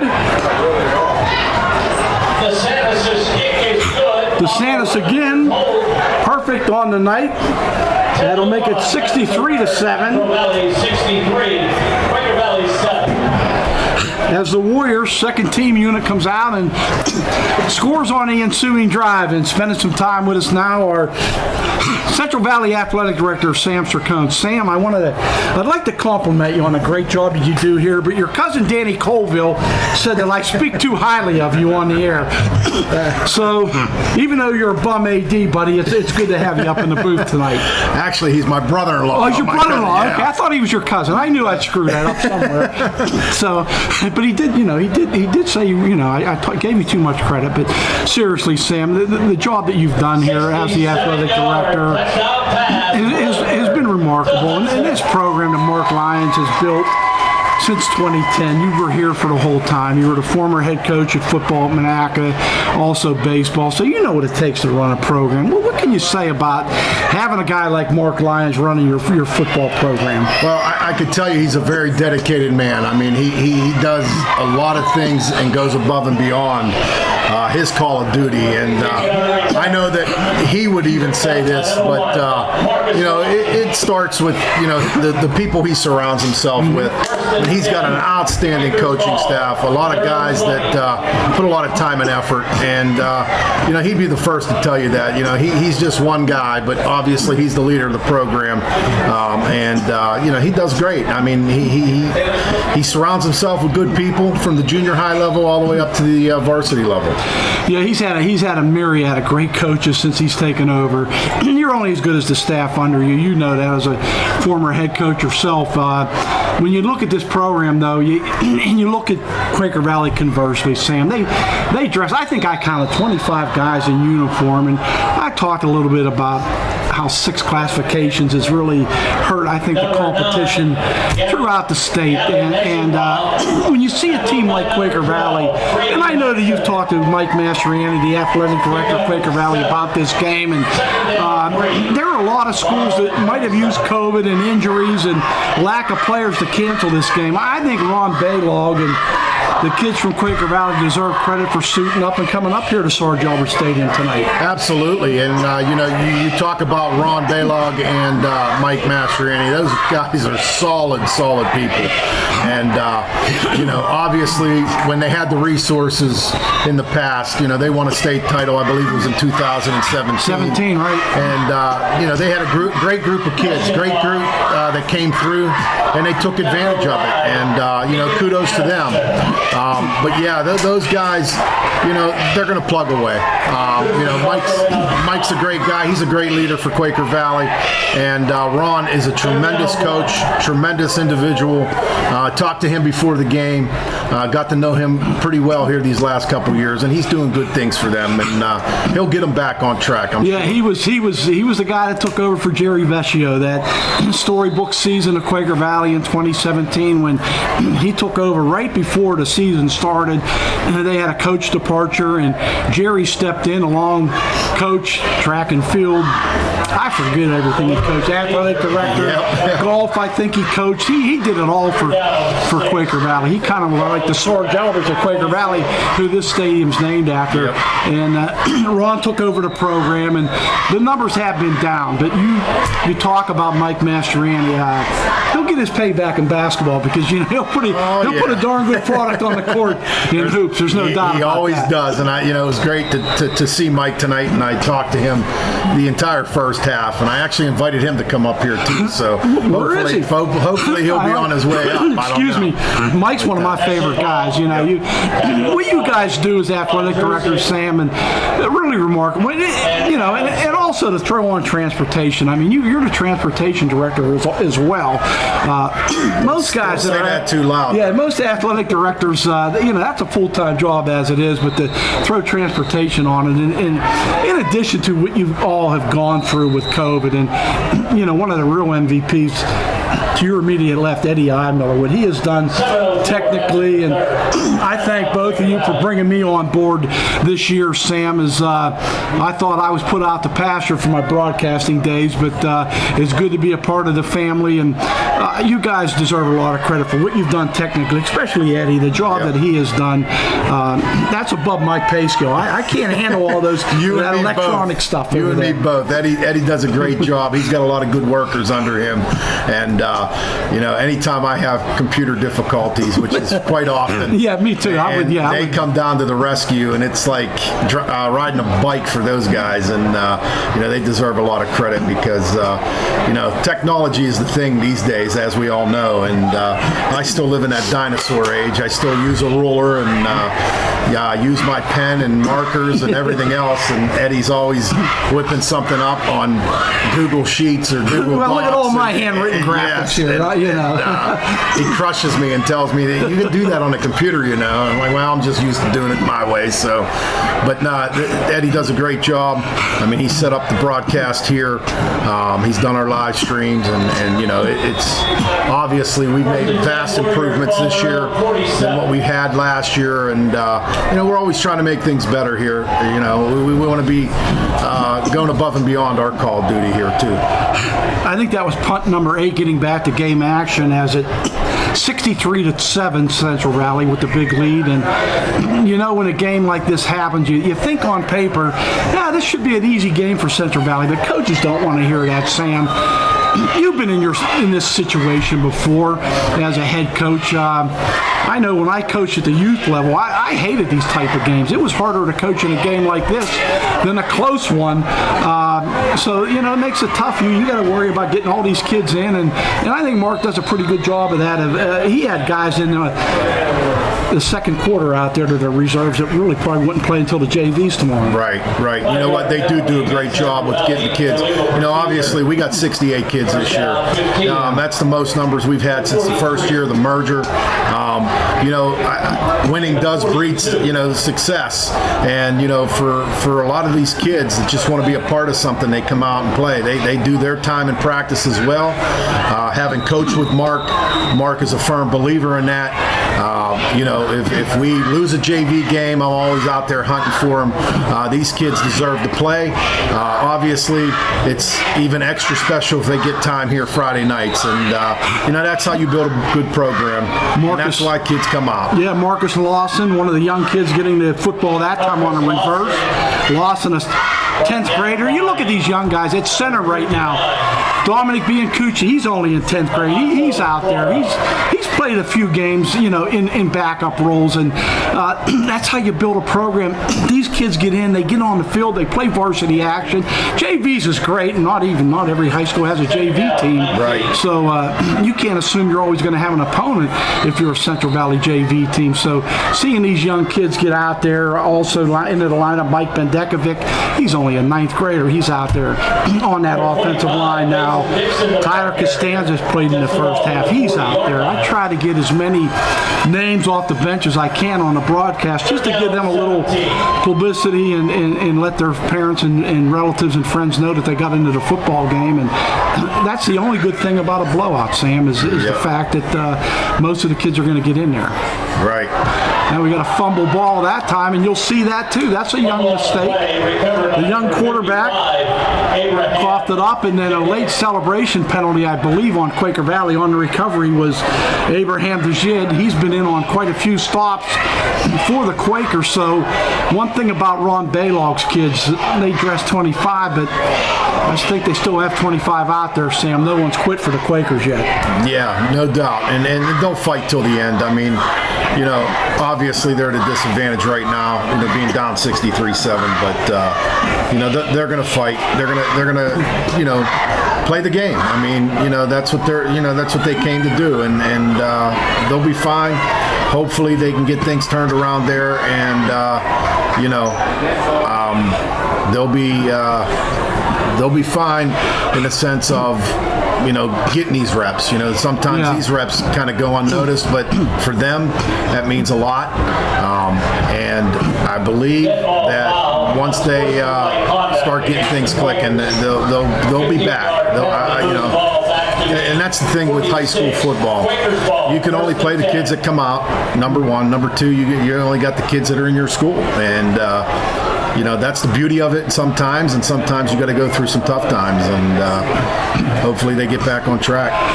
As the athletic director, Sam, and with us is Sam Sircone, our athletic director at Central Valley, how bad do you miss being a head coach? Well, I don't like the headaches that come along with it, but yeah, but the fun nights, though. There's no doubt. There's nothing better than Friday night football. You know, having been out of it now for 11 years, you know, it was different when I first started this job, but you know, I'm still involved, you know, so to speak. You know, I talk to Mark daily.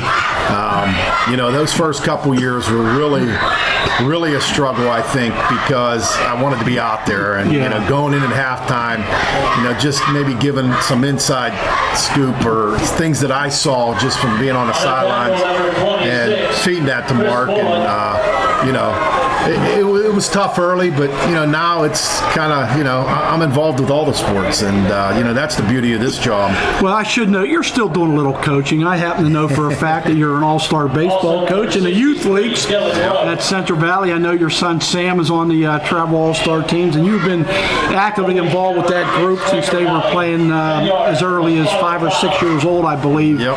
Matter of fact, you had one heck of an assistant coach in 1 year in fall ball, if I recall. That's right. I called you out of the woodwork. Had a lot of fun. Had a lot of fun working with you. Loved having you in minor league baseball here in Central Valley. But I know you see your children come up. Your daughter, I tell you, is a fine athlete. As your son Sammy, and the little one Chase. He's young yet. We'll give him some time. But he's got a little bit more time. So as a dad, you guys live in the community, so your kids will be a part of it. Big hit defensively that time by the Warriors. Let's give some credit out to I think that was John Peterson on a stop.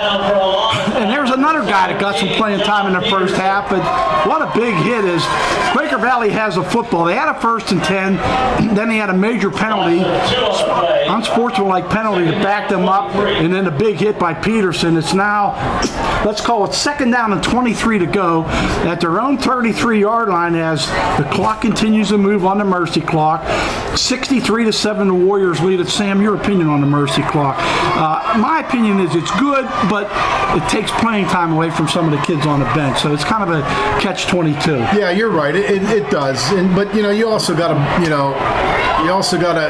understand and keep in mind that a lot of these kids that are playing right now, they got a full football game tomorrow. Yeah. And that's something that we thrive on.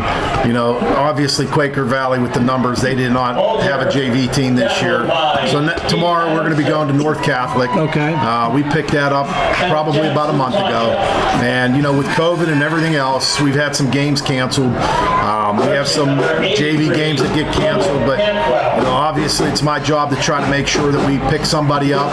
Teams are always looking, as far as the running clock, sometimes it is, but well, it's really for the team that's losing. Yes, exactly. It's the team for Quaker Valley. They want to get out of here safe and sound. They know they're going to go home with a loss. Let's face it, they played the #1 team in the state. Right. And when you say that, how proud does that make you to be the athletic director, the #1 football team, the defending state champions? Hard to believe they're going for the three-peat. They already have 4 WPIL titles, going for the three-peat. They've won it in 1920, trying to win it in 21, Sam. When these two schools merged, Monaca and Center, I truly believe that Danny Matsup was a great superintendent for that merger. But this football program united the communities of Monaca, Center, and Potter Township. There is no question, and I was very fortunate enough to be on that staff that first year and to watch those kids grow. You could have never picked out who was from Center and who was from Monaca. Mark did a tremendous job with merging those kids, and I agree. I'll never forget the semifinal game up at North Allegheny. We played TJ, sure did. and we won the game to go to the WPIL championship. And to see our fans come to the fence and our players run over there and, shaking hands and giving high fives, I kind of looked and absorbed that moment and said, I think we got them. I think we brought this community together, both communities. It was one of the things that I'll remember forever. And it was such a great feeling and a great part, being a great part of that run. That was just fabulous. And I remember early on, people would say, oh, is he a Monaca kid? Is she a Monaca girl? Oh, is he a Center kid? Oh, is she a Center girl? That went away so quickly. It did. It was amazing. It was just, they were Warriors. They were Central Valley Warriors. And I've often said this several times throughout my broadcast career that I'm the ultimate Warrior. I grew up in Monaca on Nimick Avenue, 5th Ward. I went to Monaca through 6th grade. And then I had my parents split up and they got divorced, and I moved to Center Township with my mother in 7th grade. My older brother said, I'm not going to Center. I'm going to stay in Monaca. He stayed in Monaca. My older brother Dick Vic. He stayed in Monaco with my dad because he didn't want to come to Center, and I came to Center with my mom. So I graduated from Center. My brother stayed and graduated from Monaco. And I still have a lot of friends from Monaco. Then we got another runner into the clear. Pushed out of bounds to the 2-yard line. I believe that was Don Lindsay again with the football. As we'll get you a number. Number 30, Don. Yep. That is Lindsay. And to finish the story, Sam, I was ecstatic with the merger as a Monaco Center kid. It was great for me, so it was the best of both worlds. And speaking of devil, we talked about Mike Mastriani, and Sam, first of all, I want to thank you. We're going to keep you here till the touchdown. Then we're going to bring Mike on. Lindsay again with the football, short yardage, no gain on the play. Again, no quit at the end of the third quarter, so we'll switch it over. Sam, thanks for everything. Thanks for bringing me on board this year. Tom, this job's yours forever, baby. I'm an old man. I don't know how much longer that's going to be. When you decide to give it up, I'm going to be begging you to still come back. All right, brother, my pleasure. We appreciate you, Tom. When we decided to have a play-by-play announcer, there was nobody else I would rather have than Tom Hayes. Don't get me emotional. I got to talk to the legendary athletic director and basketball coach coming That's up. right. The best athletic He is director that. in Thanks, the my friend. WPIAL. All right, I appreciate it. Thanks. All right. Mike, have a seat, buddy. Mike Mastriani. Mike, we could just chat as if we're in your living room watching film. We can do that, Tom. First of all, Mike, I know the score is not in favor of your school tonight, but let me give you, Ron Baylog, and these kids in white and black a lot of credit. There's a lot of schools that would have maybe pulled the COVID card. Hey, we don't have enough bodies. We got this, we got that. But you kids came over here. You guys came over here with 24, 25 kids dressed to play the number one team in the state. I think you and Ron and these kids of yours deserve a lot of credit. And unfortunately, the score is what it is for your school. But Mike, I've always known you to be a class act, not only a great coach, but a better human being, my friend. And thanks for spending some time with us. Appreciate that, buddy. That means a lot coming from you because I feel very highly of you and the good work you've done for high school athletics over the years is absolutely tremendous. I'm not sure if you know Ron real well. Ron Baylog's a We talk a terrific little guy. bit. Yeah, he's a great guy. He is. He stands for everything that's right about high school athletics. I agree. And he's going to do everything right. And, we have a game. We have our players here. He's going to work to get them prepared. So, we're fortunate to have Ronnie leading our football program. And again, Central Valley's an exceptional team. Obviously, state champs, and they're at such a high level. And, tremendous athletes and tremendous coaches. So you combine that, that's a pretty good combination. Steve Rutherford with a 4-yard touchdown run for the Warriors. The freshman quarterback, Serafino DeSantis makes the extra point. No, he shanked one. So DeSantis not perfect on a nice 69-7. Mike, it was 4 short years ago, 2017, when Jerry Vescio took this group of Quakers all the way to Hershey. They beat Aliquippa 2-0 in the championship game in the WPIL finals at Heinz Field, and then to go to Hershey, win the state title. So, you think back that what a magical year that was. And Jerry has since written a book about that. Yeah. They got to give me an autographed copy of that from Jerry. We'll get you one. I'll get you one for sure. Yeah, there's no doubt about it. But he was a joy to cover. That whole team was a joy to cover. And I know you're a basketball guy, but that had to be a pretty special season. We still talk about it. Obviously, we've been fortunate in a number of sports through the years, and football has just been one that we sort of get some momentum, but never been able to keep it at the high level. But that year was outstanding. I think people at Quaker Valley talk about Quaker Valley football 17 for many years. Yeah, for sure. It's funny, Tom. I was just on the sideline here before Sammy sent me a note, and the game when we knew we were special was the game on this field that night. Yeah. That's, to be honest, the state championship game probably was the biggest game, and I know everyone talks about Aliquippa, but the game was the game here. Sarge Albert. I broadcasted that game. Yeah, Ricky Gus. We sort of looked like we came in here and sort of like, So I think at that point, that's when we took a huge step. Yeah. And realized we were a little bit better. Confidence builder. That's what you need. Yeah. Mike, you've always done such a great job as a basketball coach. Not only at Quaker Valley, of course, at Bethel Park. You won a WPIL title at Bethel Park, and now in charge of the Quakers, both the athletic department and your basketball team. How are the Quakers looking coming up this year? I know that you got some guys coming back, but obviously it's a new year, a new team. How was the summer for you guys, and the future? I imagine is a little bright. Yeah, we had a great summer. I mean, we were coming off. I mean, just to go back last year, our top player, one of our top players, broke his leg in our playoff game. Right. Yeah, and Adu Thero, and so really, we managed and played all summer without him, which actually helped our program quite a bit. We got a number of other players step up. He's healthy now, though, so we're participating in the fall league, and we have a lot of guys that are sort of basketball committed. So we have a good recruit returning. In saying that, in our section has Lincoln Park back and Montour, and they both have all their guys. So I keep telling people, hopefully fans can get in the gym this year. Yeah. You'll want to come to all of our section games. Central Valley and Thompson and a number of these guys out here, Merritt, are high-level basketball guys. Our section is going to have multiple high-level games every night. Last year was the first time, probably in 40-plus years, that I did not witness a high school basketball game. Oh, wow.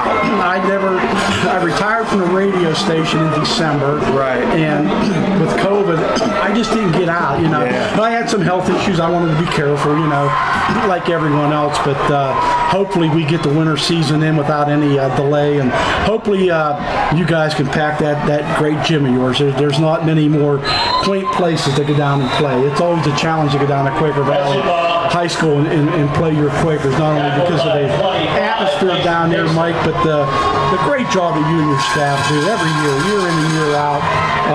You just always have your team ready to go, well coached. You're never going to get out coached in a basketball game.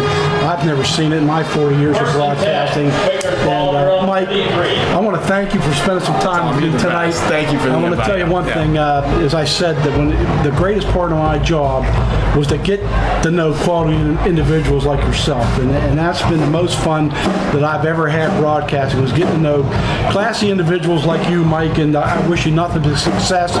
You can put football behind you pretty soon, and you'll be able to focus on hoops. And again, thanks for your time, and I wish you good luck. I'm going to come down and see you this winter. Yeah, you're the best. For sure, buddy. When Sammy told me you were doing games here, you were the right guy to do this game. We're so fortunate to have you. And again, thank you for all your good work over the years. You are outstanding for high school athletics for so many years. That means a lot coming from you, Coach. Thanks, Mike. You're the best. All right, Have a my great friend. weekend. I appreciate it, buddy. Thanks to Mike Mastriani, the athletic director and head basketball coach of the Quaker Valley Quakers, and Sam Sircone, the athletic director and transportation director here at Central Valley High School, as the Warriors continue to lead at 69-7 with 8:25 to go in the football game. And Quaker Valley with the football, we haven't really missed too much action since we had a time to talk to both of our athletic directors tonight. We appreciate the time. And as the Quakers take a timeout, they obviously have played everybody, but they've only dressed 24 or 25. Central Valley also has played probably more kids tonight than they have all year long on the varsity level. As Sam Sircone mentioned, the JVs will have a game at North Catholic tomorrow, so at least the JVs will have a game. Obviously, Quaker Valley doesn't have a junior varsity team with their lack of numbers on the varsity side. They'll try to get back on the winning track next week at home against Hopewell. Central Valley will be tested a little bit more next Friday night on the road to Keystone Oaks. 2nd down, 6 to go for the Quakers at their own 37-yard line.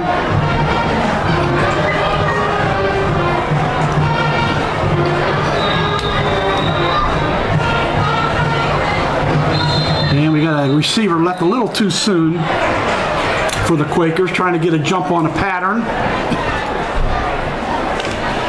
That was Dominic Cox-Giles, who took a step too early. It'll be 5 against the Quakers. Illegal procedure, 5-yard penalty. 2nd down, 11, number 32.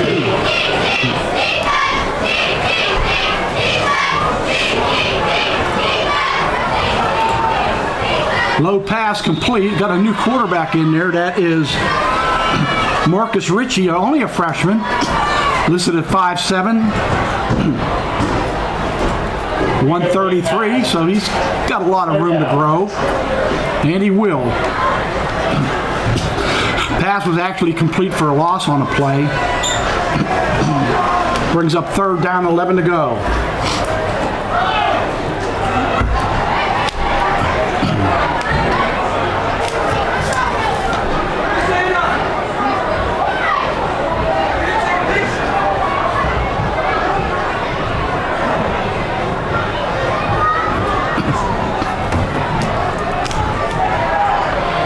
Jet sweep this time. Trying to get to the outside. Can't do it. It was Jacob Pickett who has the only touchdown in the game for Quaker Valley. Good stop there defensively by Mason Dixon, as he came head up to make the stop. 4th down.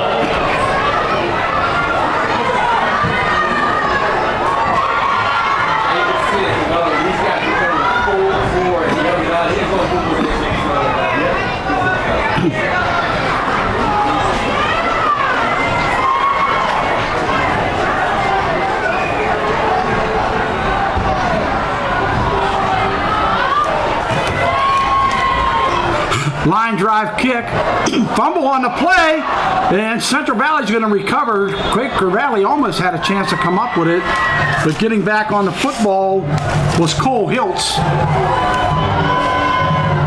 Cole Hiltz falls on the ball. 1st and 10, Warriors ball.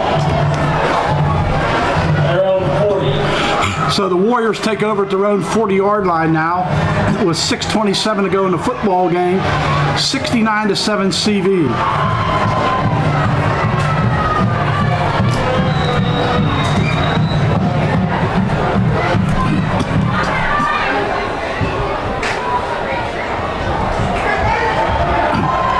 Outside run, good yardage.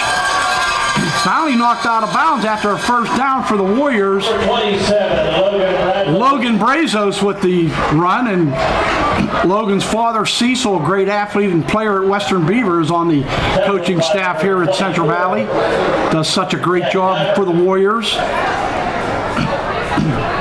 1st and 10, the ball on the 45. Again, Stephen Rutherford, the freshman quarterback, with a 4-yard touchdown run for Central Valley. That was their last score. It's 69-7 lead. Inside handoff, good yardage again, into the secondary, down to the 20, inside the 10. Big carry by Jackson Anderson. Number 33, And Jackson Anderson. late flag on the play, and another one. So a couple flags on a play. Let's see what that's about. Jackson Anderson is a 5'7", 160-pound junior.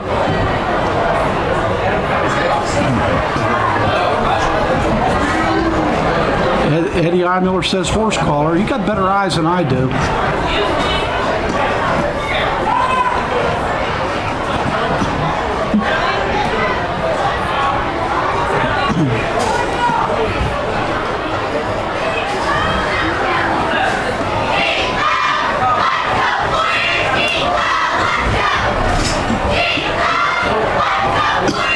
Ed, you're right on it. Horse collar against the Quakers. Not that they need any more help.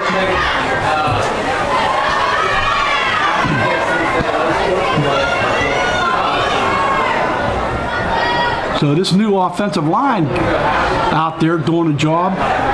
Dominic Biancucci at center. We got some new guys out there as well, and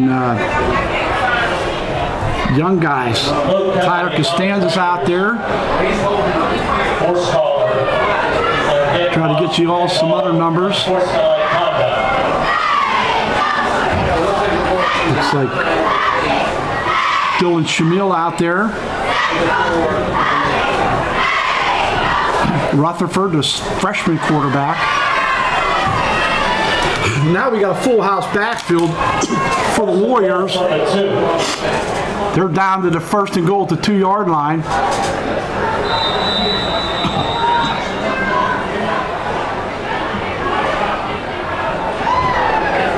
And it looks like they get into the end zone. No signal yet. The ball carrier that time was Jackson Anderson. Got right to the goal line. 33, Jackson Anderson to the goal line. McKeel Steels goes into the lineup now for the Warriors. 2nd and goal at the 1-inch line.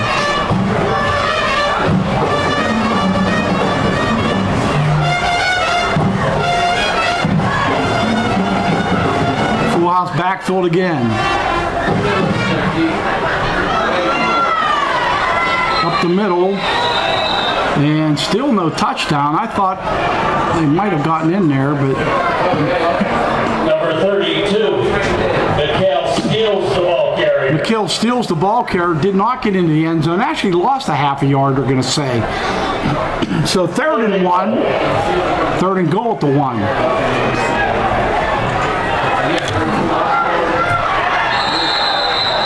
1. Whistle on the play.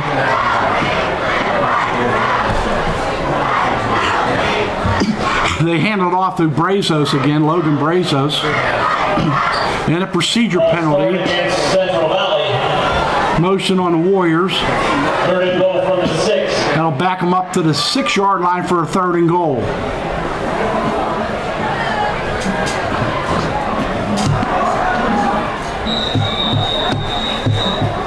Well, it's a good sandwich.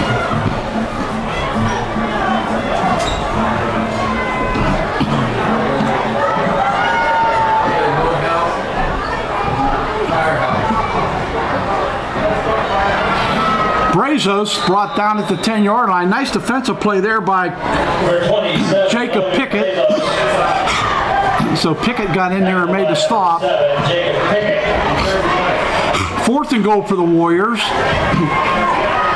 4th down. Looks like Coach Lyons is just going to run a play and not try a field goal late here.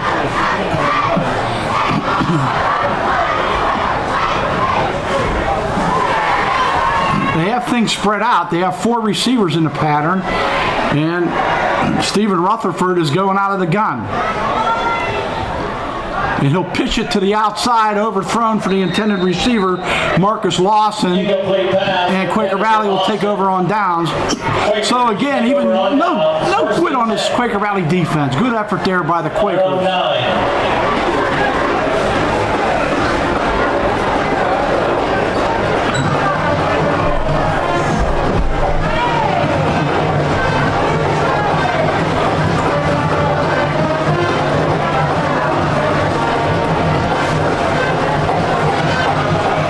3:15 to go in the ball game.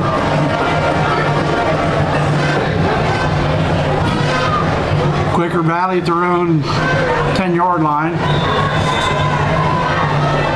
Now they move him over to the near hash.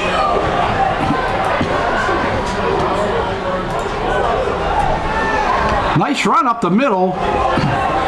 Ball carrier got the first down, I do believe. Gavin Eschenball. Ball carrier that time was Gavin Eschenball, the junior. Ty Dawkins. 8 of 8, 2nd down 2. Actually a yard and a half shy of the sticks.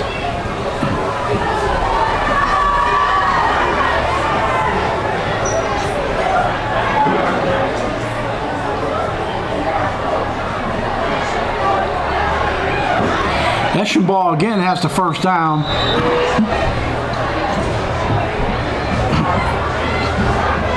Eschenball, tackled by number 61, Jacob Stauffer. On the stop for the Warriors is Jacob Stauffer. 1st and 10, the ball on the 23. So a first down for the Quakers as they will snap it with under 2 minutes to play.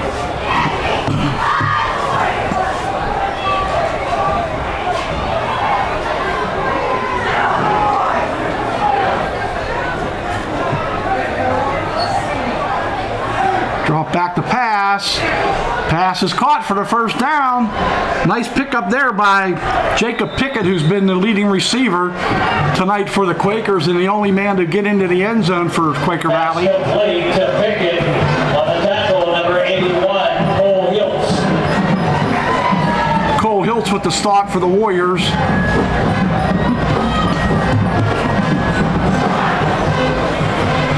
Quarterbacking for Quaker Valley. I couldn't agree more with what Mike Mastriani said about Ron Baylaw. Just a class individual, good football coach that just doesn't have the numbers to work with this season. Eschenball is going to be dropped for the loss. Good defensive effort there by the Warriors. On the bottom of the pile was Jackson Anderson. Eschenball, tackled by 86, James Moran. Also on the stop, James Miranda Jr. Loss of 4, second down 14. Ball on the 40. Second down, 14 to go for the Quakers with 35 seconds remaining.